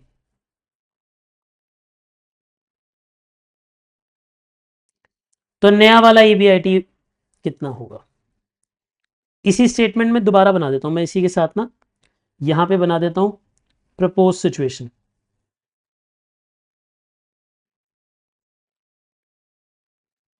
फिफ्थ पार्ट देखिए, अगर सेल 50 लाख हो गई, अगर बेटा सेल कितनी हो गई? 50 लाख, तो आप मुझे बताएं बाकी सब में क्या क्या चेंज आएगा। अच्छा एक बात हो, अगर सेल कम होगी तो क्या वेरिएबल कॉस्ट भी कम होगी? हाँ, सेम प्रपोर्शन। यार अगर एक बात हो, मैं मिठाई कम बेचूंगा तो मिठाई बनाऊंगा भी तो कम, खर्चे भी तो कम होंगे। भाई बेसन कम लगेगा, घी कम लगेगा, चीनी कम लगेगी, अगर मिठाई कम बिक रही है तो सिंपल। तो इसे भी उसी प्रपोर्शन में कम कर लो। सर अब प्रपोर्शन में कम कैसे करते हैं, देखो ध्यान से। पहले 42 लाख का खर्चा था जब 75 लाख की सेल थी, अब सिर्फ 50 लाख की सेल बची है, तो बताओ कितनी वेरिएबल कॉस्ट होगी? ये यूनिटरी मेथड आपको समझ आता है क्या है? देखो ध्यान से सुनो, आराम से सुनो बेटे, आराम से सुनो। 42 लाख की वेरिएबल कॉस्ट थी जब 75 लाख की सेल थी, तो 42 लाख अपॉन 75 लाख, इससे वेरिएबल कॉस्ट की परसेंटेज आ गई। अब इस परसेंटेज को 50 लाख से इंटू कर दो, तो आपको पता लग जाएगा कि अब हमारी वेरिएबल कॉस्ट कितनी होगी प्रोपोर्शनेटली, 28 लाख होगी। तो बचेगा कितना, 22 लाख। लेकिन फिक्स कॉस्ट तो चेंज होती नहीं बेटा, फिक्स कॉस्ट तो जितनी है उतनी ही जाएगी। तो ये बचेगा कितना, 14 लाख, नहीं 16 लाख, हम सॉरी 16 लाख बचना चाहिए था। अब इंटरेस्ट तो उतना ही जाएगा जितना पहले जा रहा था। ठीक है जी, भाई सेल कम हुई है, इंटरेस्ट थोड़ी ना कम हो जाएगा, इंटरेस्ट तो उतना ही जाएगा। तो ईबीटी कितना आ गया, वैसे ईबीटी निकालने को कहा ही नहीं है उसने, कहा क्या था, खाली ईबीटी पूछा था, न्यू ईबीआईटी पूछा था, नीचे तक जाने को बोला ही नहीं है उसने। तो अब पहुंचना चाहो तो पहुंचो, नहीं तो नहीं पहुंचो, कोई दिक्कत नहीं। क्या ये स्टेटमेंट आपको समझ आ गई बेटा, प्रोपोर्शनेट निकालना समझ आ गया, ये चीज समझ आनी चाहिए बेटा आपको, ये जो मैंने प्रोपोर्शनेट किया ये समझ आना चाहिए। आ गया आपको समझ?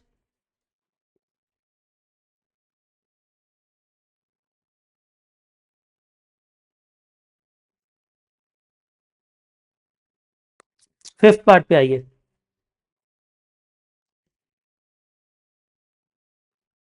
चले जी हम,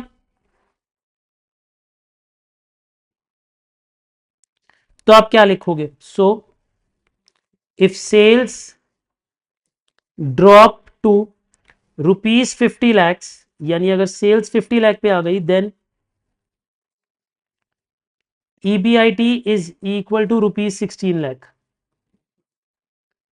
रेफर वर्किंग नोट नंबर 1, हमने वर्किंग नोट नंबर 1 में ही शो कर दिया, ये हमने इसे वर्किंग नोट नंबर 1 पे ही शो कर दिया है। बोलिए बातें क्लियर हो गई आपको, पक्की बात है, समझ आ गया बेटा ये सब?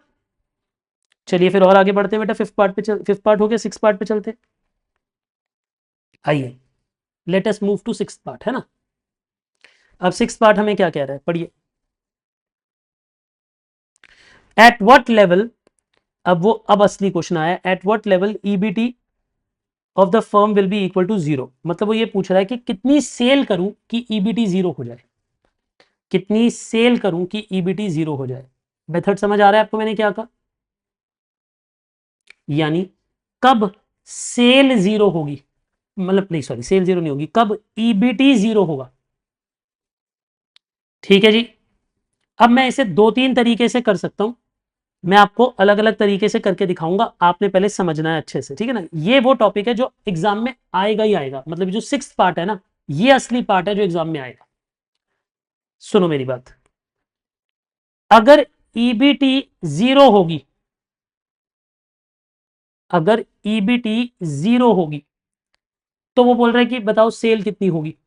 तो इसे हम बड़े सारे तरीके से निकाल सकते हैं, फाइनेंशियल ब्रेक इवन पॉइंट से भी निकाल सकते हैं, क्योंकि फाइनेंशियल ब्रेक इवन पॉइंट क्या कहता है, इधर पढ़ो, what is financial break even point. तो फाइनेंशियल ब्रेक इवन पॉइंट यही कहता है कि कितनी सेल हो कि ईपीएस जीरो। अब एक बात बताओ, जब ईपीएस जीरो होगा, अगर मान लो कि ईपीएस जीरो है, अगर ईपीएस जीरो है तो ईएस भी जीरो होगा, अगर प्रेफरेंस डिविडेंड नहीं है तो ईएटी भी जीरो होगा, और अगर अर्निंग आफ्टर टैक्स जीरो है तो उसका मतलब ईबीटी भी जीरो होगा। तो अगर मैं ये बोलूं ईबीटी जीरो है, तो ऑटोमेटिकली नीचे सब कुछ ही जीरो होगा। अगर ईबीटी जीरो और प्रेफरेंस डिविडेंड नहीं है तो सब कुछ ही जीरो होगा, नेगेटिव भी नहीं आ सकता, जीरो ही होगा। तो यानी ईबीटी जीरो होने का मतलब ईपीएस जीरो। ये लॉजिक समझ आया आपको, इन्हें क्या कहा, ईबीटी जीरो होने का मतलब EPS zero.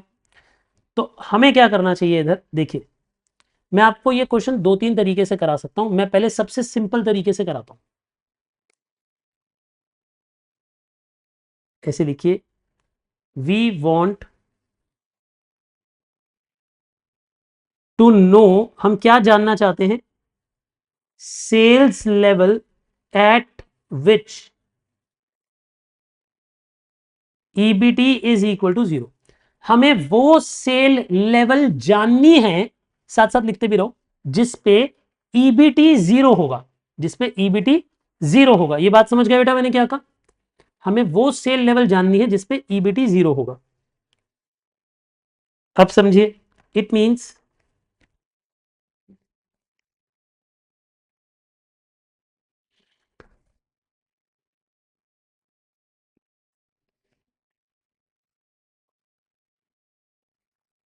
Percentage change in EBT is 100% fall, यानी ईबीटी में कितना चेंज आया है, 100% फॉल हुआ होगा ईबीटी। यानी मैं ये कह रहा हूं 100% ईबीटी फॉल हो गया होगा, 100% ईबीटी फॉल हो गया होगा, मतलब ईबीटी में 100% का फॉल आ गया होगा, यही बात हुई। ठीक है जी, तो ईबीटी में 100% का फॉल आ गया होगा, यानी ईपीएस में भी 100% का फॉल आ गया होगा। मतलब percentage change in EBT bracket में लिखिए, या फिर percentage change in sales, percentage change in EPS 100% है। अब आप मुझे बताओ डीओएल क्या होती है, डीओएल, डीओएल का मतलब होता है, डीओएल की परसेंटेज चेंज वाला फॉर्मूला बताओ, बताओ क्या होता है, परसेंटेज चेंज इन ईपीएस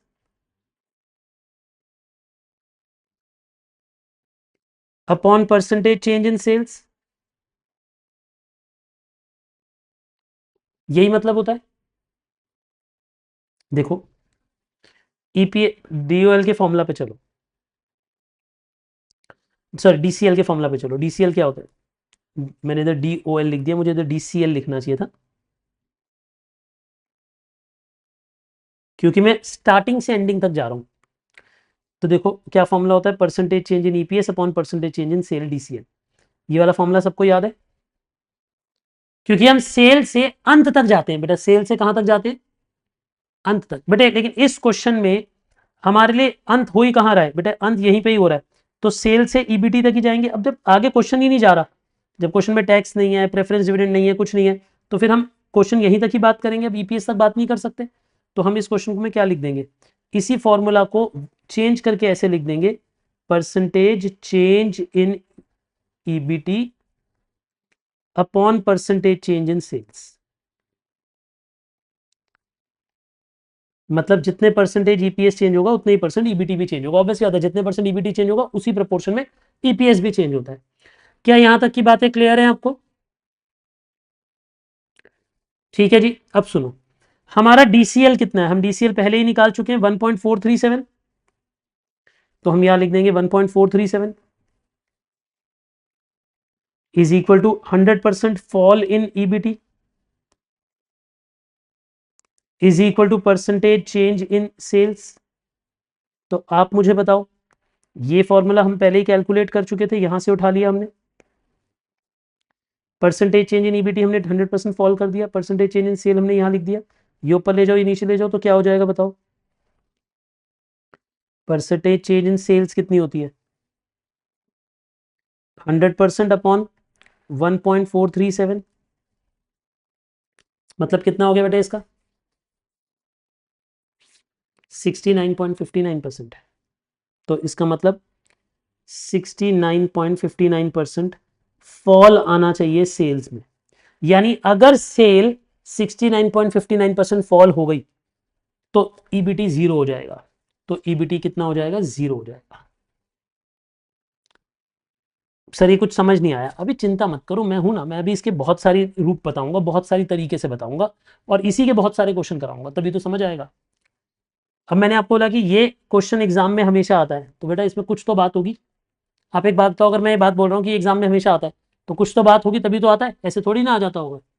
सुनो, तो डीसीएल का मतलब है percentage change in EPS upon percentage change in sale. हमें यही जानना है कि ईपीएस जीरो कब होगा, क्योंकि जब ईबीटी जीरो होगा तो ईपीएस भी जीरो होगा। यार एक बात बताओ, अगर वो ये कह रहा है कि ईबीटी जीरो हो जाए, जब ईबीटी जीरो हो जाएगा तो ईपीएस भी जीरो हो जाएगा, तो हमें परसेंटेज चेंज इन ईपीएस 100% चाहिए, मतलब ईपीएस 100% फॉल कर जाए, यानी ईबीटी 100% फॉल कर जाए, तो सेल कितनी चेंज होगी, इतनी। तो अब एक बात बताइए, ओरिजिनल सेल कितनी होगी, ओरिजिनल सेल थी 75 लाख, अब इसमें से रिडक्शन कितनी चाहिए, 69.59%। तो एक काम करो, कैलकुलेटर उठाओ, कैलकुलेटर पे टाइप करो 75 लाख, फिर माइनस 69.59%, फिर इक्वल टू, ऐसे दबाओ और मुझे बताओ क्या आता है। कैलकुलेटर पे पहले 75 लाख टाइप करो, क्या टाइप करो, 75 लाख, ठीक है जी, करा आपने 75 लाख, फिर उसमें से माइनस करो 69.59, फिर परसेंटेज का सिंबल दबाओ और फिर इक्वल टू दबाओ, तो आंसर आ जाएगा। तो हमारे पास यानी कि रिक्वायर्ड सेल्स कितनी है,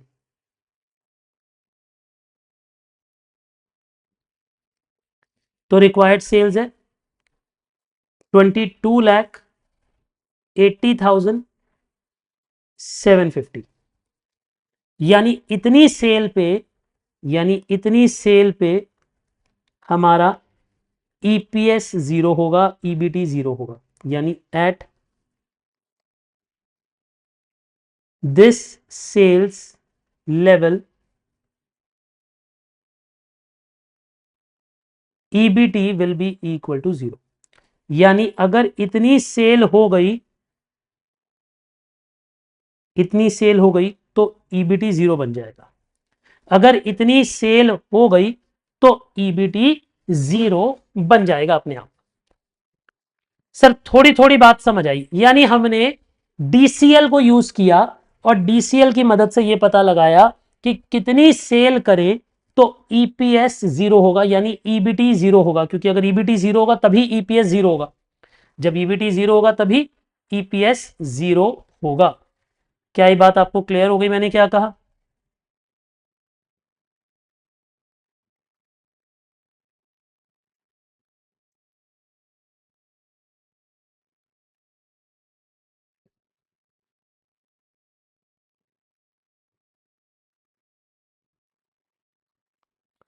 परफेक्ट।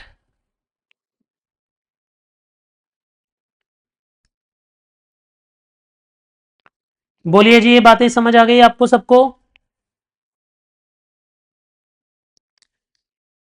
शाबाश। ऑब्वियसली सेल जब कम हो जाएगी तो उतने प्रपोर्शन में वेरिएबल कॉस्ट भी चेंज, मतलब बेटा पता है क्या होगा, सुनो, अगर सेल चेंज हो जाएगी, जैसे इमेजिन करो अगर सेल 28 लाख रह गई तो वेरिएबल कॉस्ट भी चेंज हो जाएगी, फिर फिक्स कॉस्ट और इंटरेस्ट तो उतना ही आएगा, अल्टीमेटली ईबीटी जीरो आ जाएगा, अल्टीमेटली ईबीटी जीरो हो जाएगा।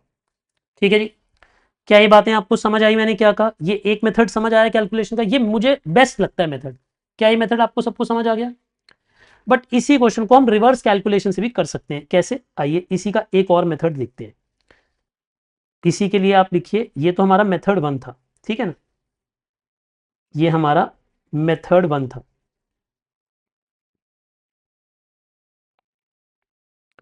बट इसी का मेथड टू भी हो सकता है।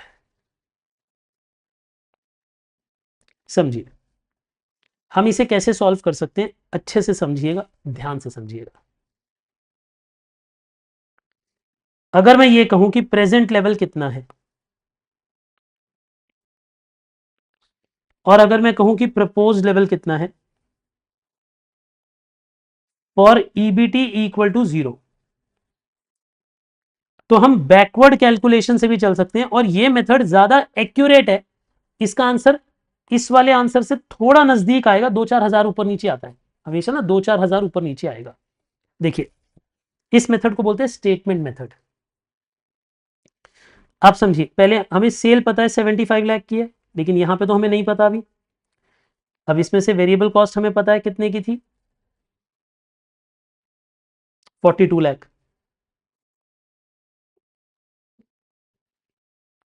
तो हमें वेरिएबल कॉस्ट पता थी, फिर हमें कंट्रीब्यूशन पता थी। कंट्रीब्यूशन कितनी थी हमारी, 33 लाख।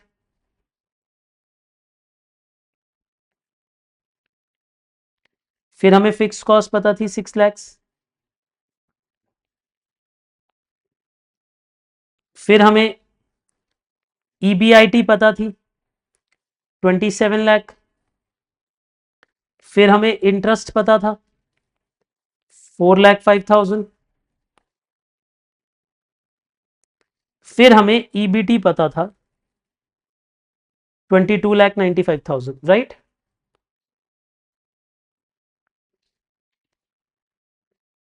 ठीक है जी। अब मैं एक बात बोलता हूं, रिवर्स चलो, बैकवर्ड चलो। अब ये आसान लगेगा बेटा, ये तरीका आसान लगेगा समझने में।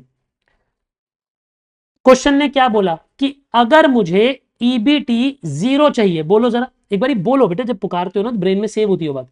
अगर मुझे ईबीटी जीरो चाहिए, अगर मुझे ईबीटी जीरो चाहिए तो कितनी सेल होगी, ये पूछ रहा है क्वेश्चन, कि अगर मुझे जीरो ईबीटी चाहिए तो सेल कितनी होगी। तो बैकवर्ड चलो। मैं हमेशा क्या बोलता हूं, देखो क्या इंटरेस्ट चेंज होगा, नहीं सर इंटरेस्ट चेंज नहीं होगा।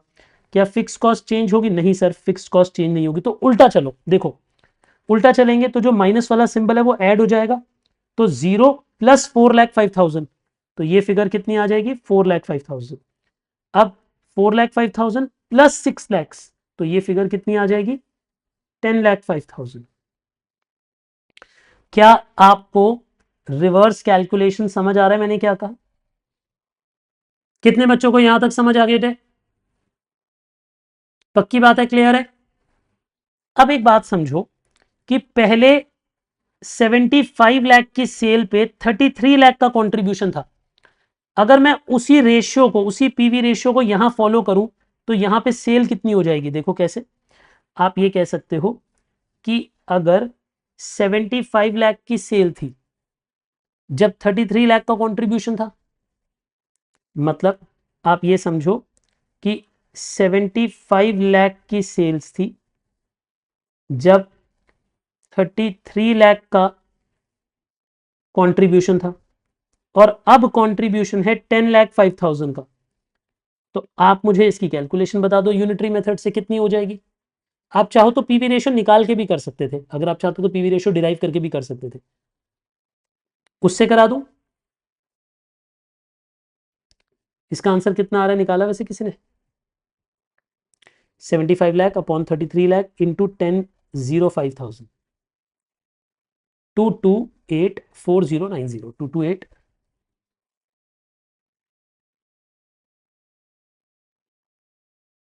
यानी इतनी सेल आनी चाहिए। इसका मतलब है अगर इतनी सेल आ गई, अगर इतनी सेल आ गई तो हमारा ईबीटी 0 हो जाएगा। बैलेंसिंग फिगर से वेरिएबल कॉस्ट लिख दो, आपके पास आंसर आ जाएगा। अगर ये नहीं समझ आया तो मैं इसका एक तरीका और भी बता सकता हूं, देखो कैसे। वैसे ये तरीका समझ आया हमने प्रोपोर्शनेट कैसे किया? देखो 75 लाख की सेल थी जब 33 लाख का कंट्रीब्यूशन था, तो 75 लाख अपॉन 33 लाख, तो अब अगर कंट्रीब्यूशन 10,05,000 का है तो अब कितनी की सेल होगी? 2,28,000। अच्छा वो 9 1 आ रहा है, बच्चे कह रहे हैं यहाँ पे एंड में 1 आ रहा है, कोई नहीं 1 लिख दो।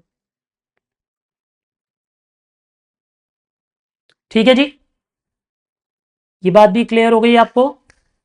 सुनिए, तो बैलेंसिंग फिगर यहाँ पे माइनस करोगे तो बचेगा 1279091, ये आ जाए 12,79,091। ये एक तरीका है। इसको एक और तरीके से कैसे कर सकते थे, ये कॉपी कर लिया आपने? ऑल्टरनेटिव तरीका क्या हो सकता है? पीवी रेशियो निकाल लो बेटे। इधर पीवी रेशियो क्या थी? पीवी रेशियो का मतलब होता है contribution by sales. Contribution by sale की रेशियो यहां पे कितनी थी? 33 लाख अपॉन 75 लाख इंटू 100, यानी पीवी रेशियो थी 44%।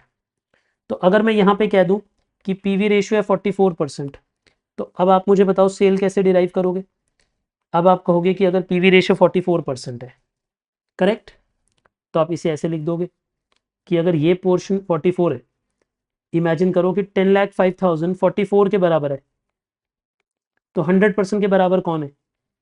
आप निकालो, यही फिगर आ जाएगी 22,84,091, यही फिगर आ जाएगी, ये सेल्स आ जाएगी।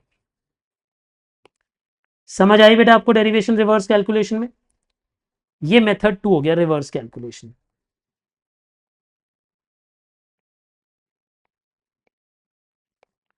बाय रिवर्स कैलकुलेशन, जल्दी बताइए, मेरी बातें क्लियर हो गई जी आपको रिवर्स कैलकुलेशन वाली भी?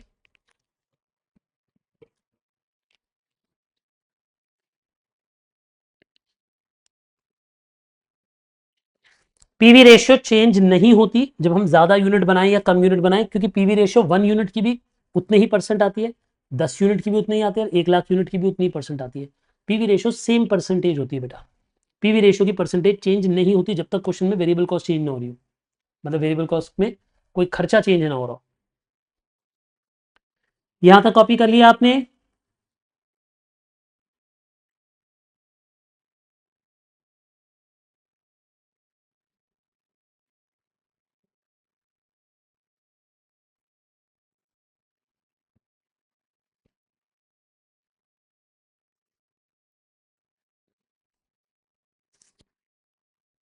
क्लियर है बेटा ये बात आपको?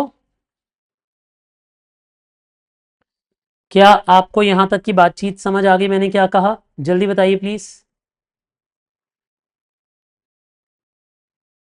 चलिए फिर एक और क्वेश्चन करते हैं इसी तरह का, है ना। आइए और क्वेश्चन करेंगे रिवर्स वर्किंग के, तो हमारा कंसेप्ट और क्लियर होगा। आइए मैं एक दो क्वेश्चन आपको रिवर्स वर्किंग के और ले आता हूं।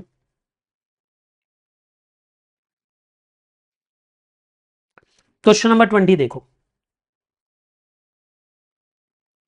थोड़ी सी स्पीड में चलेंगे, ठीक है, थोड़ी सी स्पीड बढ़ा लेते हैं। क्वेश्चन नंबर 20, क्योंकि ये उसी का ही एक और वर्जन है, तो थोड़ी सी स्पीड हम बढ़ा सकते हैं। देखिए, चले बेटे पढ़िए। वो हमें क्या बोलता है, टोटल सेल की क्वांटिटी कितनी है, मतलब कितने यूनिट बेचे हैं, यूनिट बेचे हैं 1 लाख, और एक यूनिट कितने का है, 80 रुपीज़ का। तो आप मुझे बताओ, इनकम स्टेटमेंट बनानी है सबसे पहले, तो इनकम स्टेटमेंट में सेल कितने की आएगी, जल्दी बोलिए।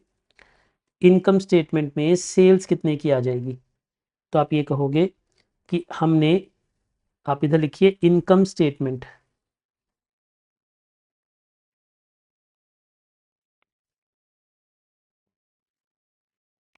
पर्टिकुलर्स अमाउंट रुपीस, यहाँ पे आप लिखिए सेल्स, हमने बेचे थे 1 लाख यूनिट, और 1 लाख यूनिट बेचे थे 80 रुपीज़ के, तो कितने रुपए हो गए ये, 80 लाख रुपीज़।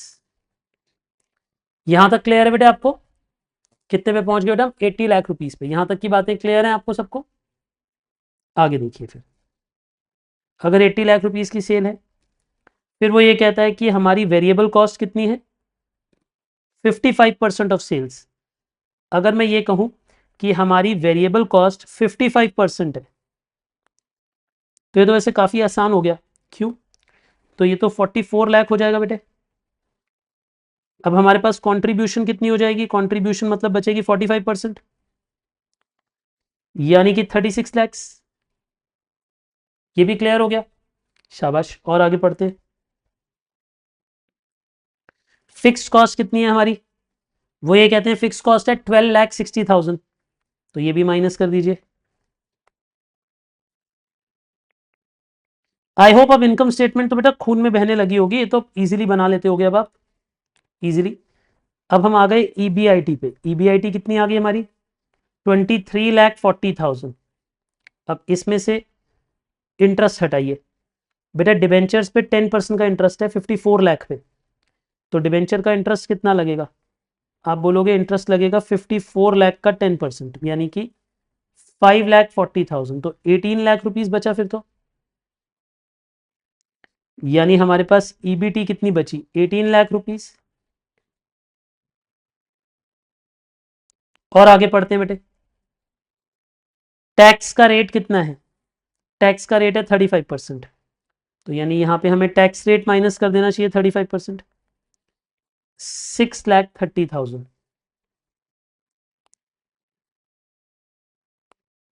तो अर्निंग आफ्टर टैक्स बोलो, इसी को ईएईएस भी बोल सकते हैं, क्योंकि क्वेश्चन में प्रेफरेंस शेयर्स तो है नहीं। तो ये कितना बचा, 11,70,000। बोलिए, मैंने इनकम स्टेटमेंट थोड़ी तेज बनाई है, लेकिन समझ आ गई है आपको नव्या, मेरे समझ आ गया है।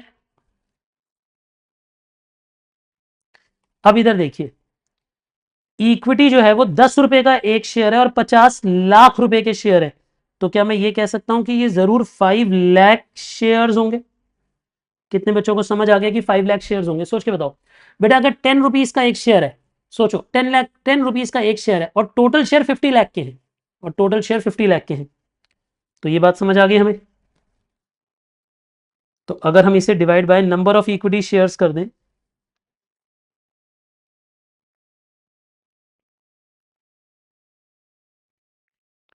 तो आप मुझे बताइए हमारे पास ईपीएस कितना आ जाएगा, यानी हम ईपीएस पे पहुंच जाएंगे और ईपीएस हो जाएगा 2.34 पर शेयर। क्या मैं मान के चलूं आपने इनकम स्टेटमेंट पूरी स्वयं ही बना ली है, ऑलमोस्ट मुझे बनाने की जरूरत नहीं थी, मतलब मैंने इसमें कुछ भी नहीं कराया बेटे, मैं सच बता रहा हूं, मैंने इसमें कुछ भी नहीं कराया, कोई लॉजिक नहीं लगाया, सिंपल फिगर्स पुट करिए और स्टेटमेंट बनाइए, माइनस किया है। करेक्ट? चलिए आगे देखते हैं फिर। अब क्वेश्चन कहता है ऑपरेटिंग एंड फाइनेंशियल लिवरेज निकालो, ये भी आसान है। ये था हमारा क्वेश्चन का first part.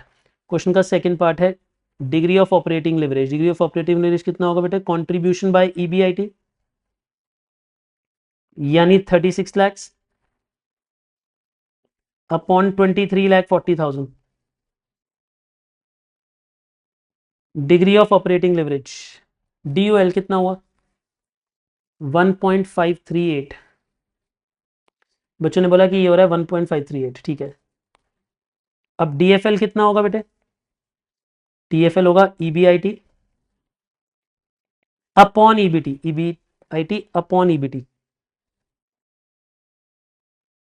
23,40,000 upon 18 lakh upon DFL। DFL कितना है जी?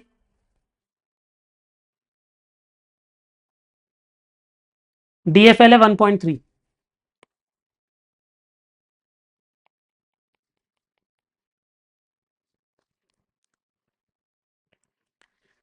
यहां तक की बातें क्लियर हो गई आपको?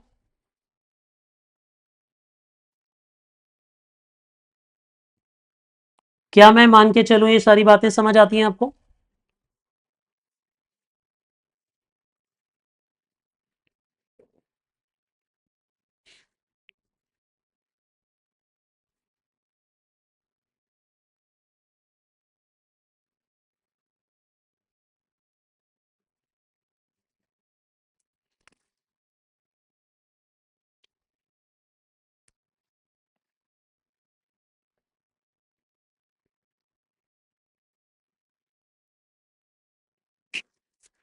बोलिए, इतनी बातें क्लियर है आपको?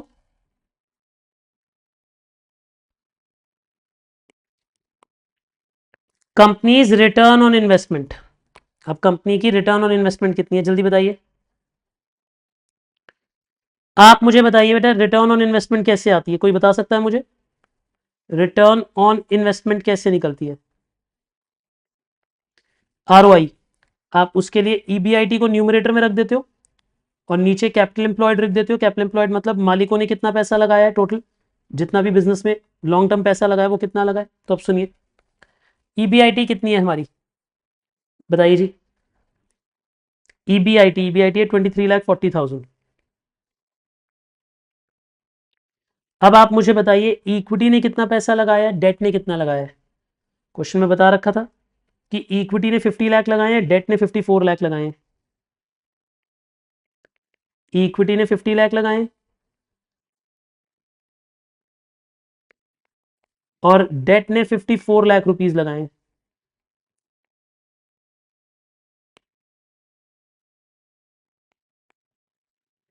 तो ये बन गया बेटे 23,40,000 डिवाइडेड बाय 104 लैक्स, यानी इसका आंसर आ गया 22.5%।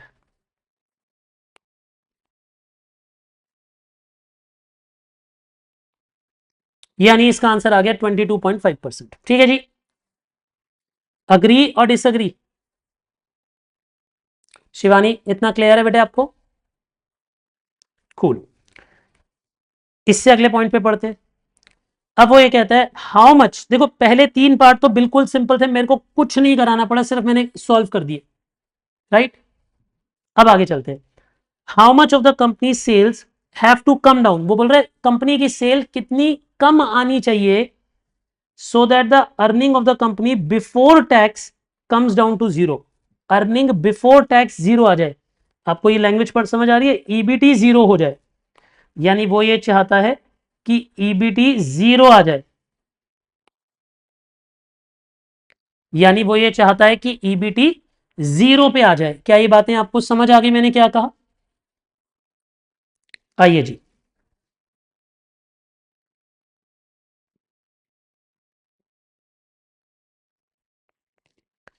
तो अगर हम EBT को जीरो ले आते हैं तो इसका मतलब क्या हो जाएगा? अगर EBT जीरो है, ये बात आपको क्लियर हो रही है मैंने क्या कहा?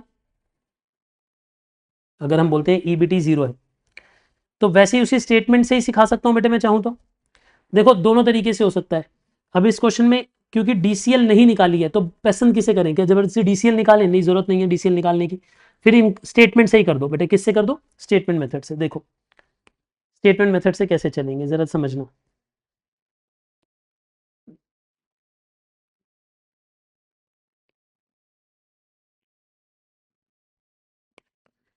आइए जी, ये अभी प्रेजेंट सिचुएशन है और ये प्रपोज्ड लेवल है।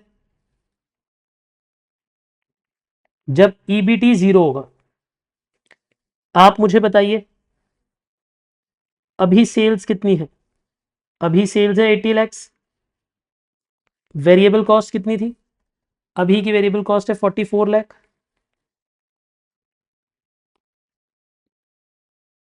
तो अभी की कंट्रीब्यूशन कितनी है, याद है ये 100% था, ये 55% था, तो ये 45% था, यानी ये था 36 लाख। यानी हमें इस क्वेश्चन में पीवी रेशियो ऑलरेडी पता है। फिक्स्ड कॉस्ट कितनी थी हमारी, 12,60,000, यानी इस क्वेश्चन में ईबीआईटी कितना था, 23,40,000। अब उसमें से टैक्स, उसमें से इंटरेस्ट माइनस कर दीजिए, सॉरी इंटरेस्ट, बेटा इंटरेस्ट कितना था हमारा, जल्दी बताइए, 5,40,000।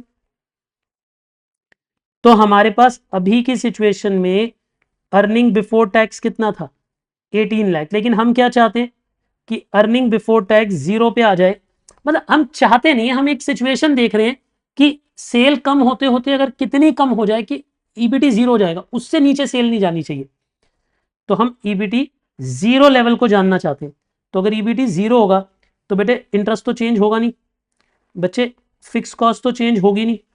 तो क्या आप मुझे रिवर्स कैलकुलेशन समझा सकते हो कैसे होगी, बोलिए जरा। जब हम रिवर्स जाएंगे तो क्या होगा, 0 में 5,40,000 ऐड हो जाएगा, कितना हो जाएगा, 5,40,000 हो गया यहाँ पे। अब इस 5,40,000 में 1260 ऐड कर दो बेटा, कितना हो जाएगा, ऐड होने के बाद जब इन दोनों को ऐड करोगे तो ये बनेगा 17, 18 लैक्स। अगर मैं ये कहता हूं कि 18 लैक्स 45% के बराबर है, तो बताओ 100% के बराबर कौन होगा। तो आप ऐसे निकाल सकते हो कि देखो, अगर 18 लाख 45% के बराबर है तो 100% के बराबर सेल्स होगी 40 लाख की। तो यानी यहाँ पे सेल आनी चाहिए 40 लाख, यानी 40 लाख की सेल पे अगर आप 22 लाख का वेरिएबल कॉस्ट माइनस कर दोगे तो आपके पास ये आ जाएगा। क्या आपको क्वेश्चन समझ आया कि सेल कितनी होनी चाहिए, 40 लाख।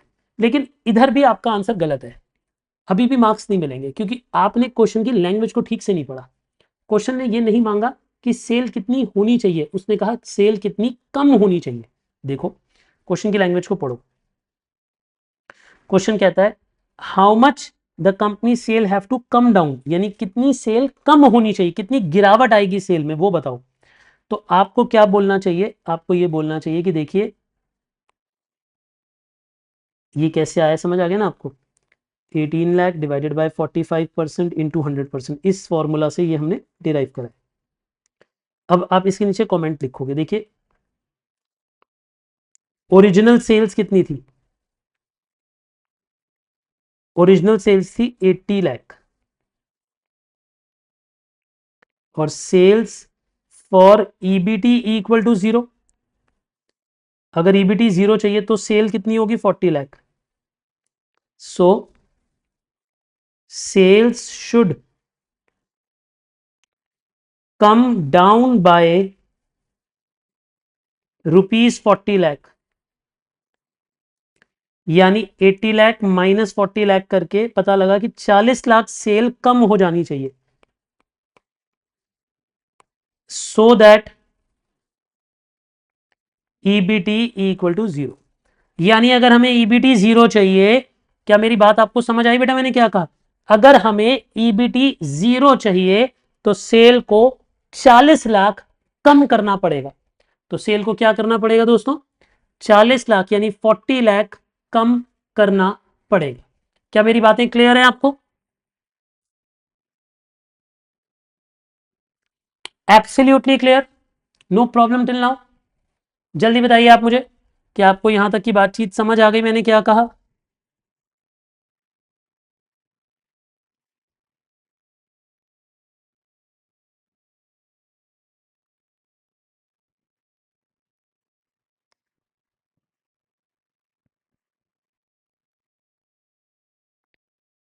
बोलिए जी, इतनी बातें क्लियर हैं आपको?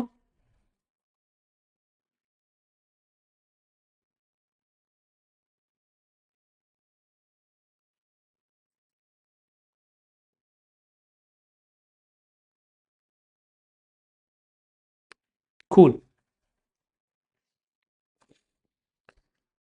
Absolutely clear. बहुत बढ़िया बेटे, बहुत ही बढ़िया। तो इसी के साथ मुझे लगता है कि आपको ये वाला कंसेप्ट भी समझ आ गया। इसके एक दो क्वेश्चन में आपको होमवर्क दूं, ट्राई करोगे? चलिए, एक मैं थोड़ा ओवर एम्बिशियस होकर एक क्वेश्चन देता हूं, मैं नेक्स्ट क्लास कराऊंगा, बट पहले आप ट्राई करके आइए। क्वेश्चन नंबर अब आप ट्राई करिए 22 23, ये दोनों क्वेश्चन आप होमवर्क में करिए। 22 23 ये दोनों आप होमवर्क में करिए। नहीं होंगे तो मैं हूं ना, मैं बचाऊंगा फिर अगली क्लास आपको। 22 और 23 आपके होमवर्क है, 20 भी आपका होमवर्क है।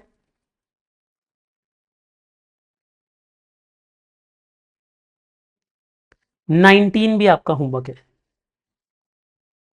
तो 19 20 21, नहीं 21 नहीं है, 19 20 22 और 23 ये चार क्वेश्चन होमवर्क है। कौन कौन से क्वेश्चन होमवर्क है? 19 20 22 23, ये चारों आपने होमवर्क में करके लाने हैं। कराओगे बेटे? पक्की बात है? Is it clear? कूल। मिलते हैं बेटा नेक्स्ट क्लास में।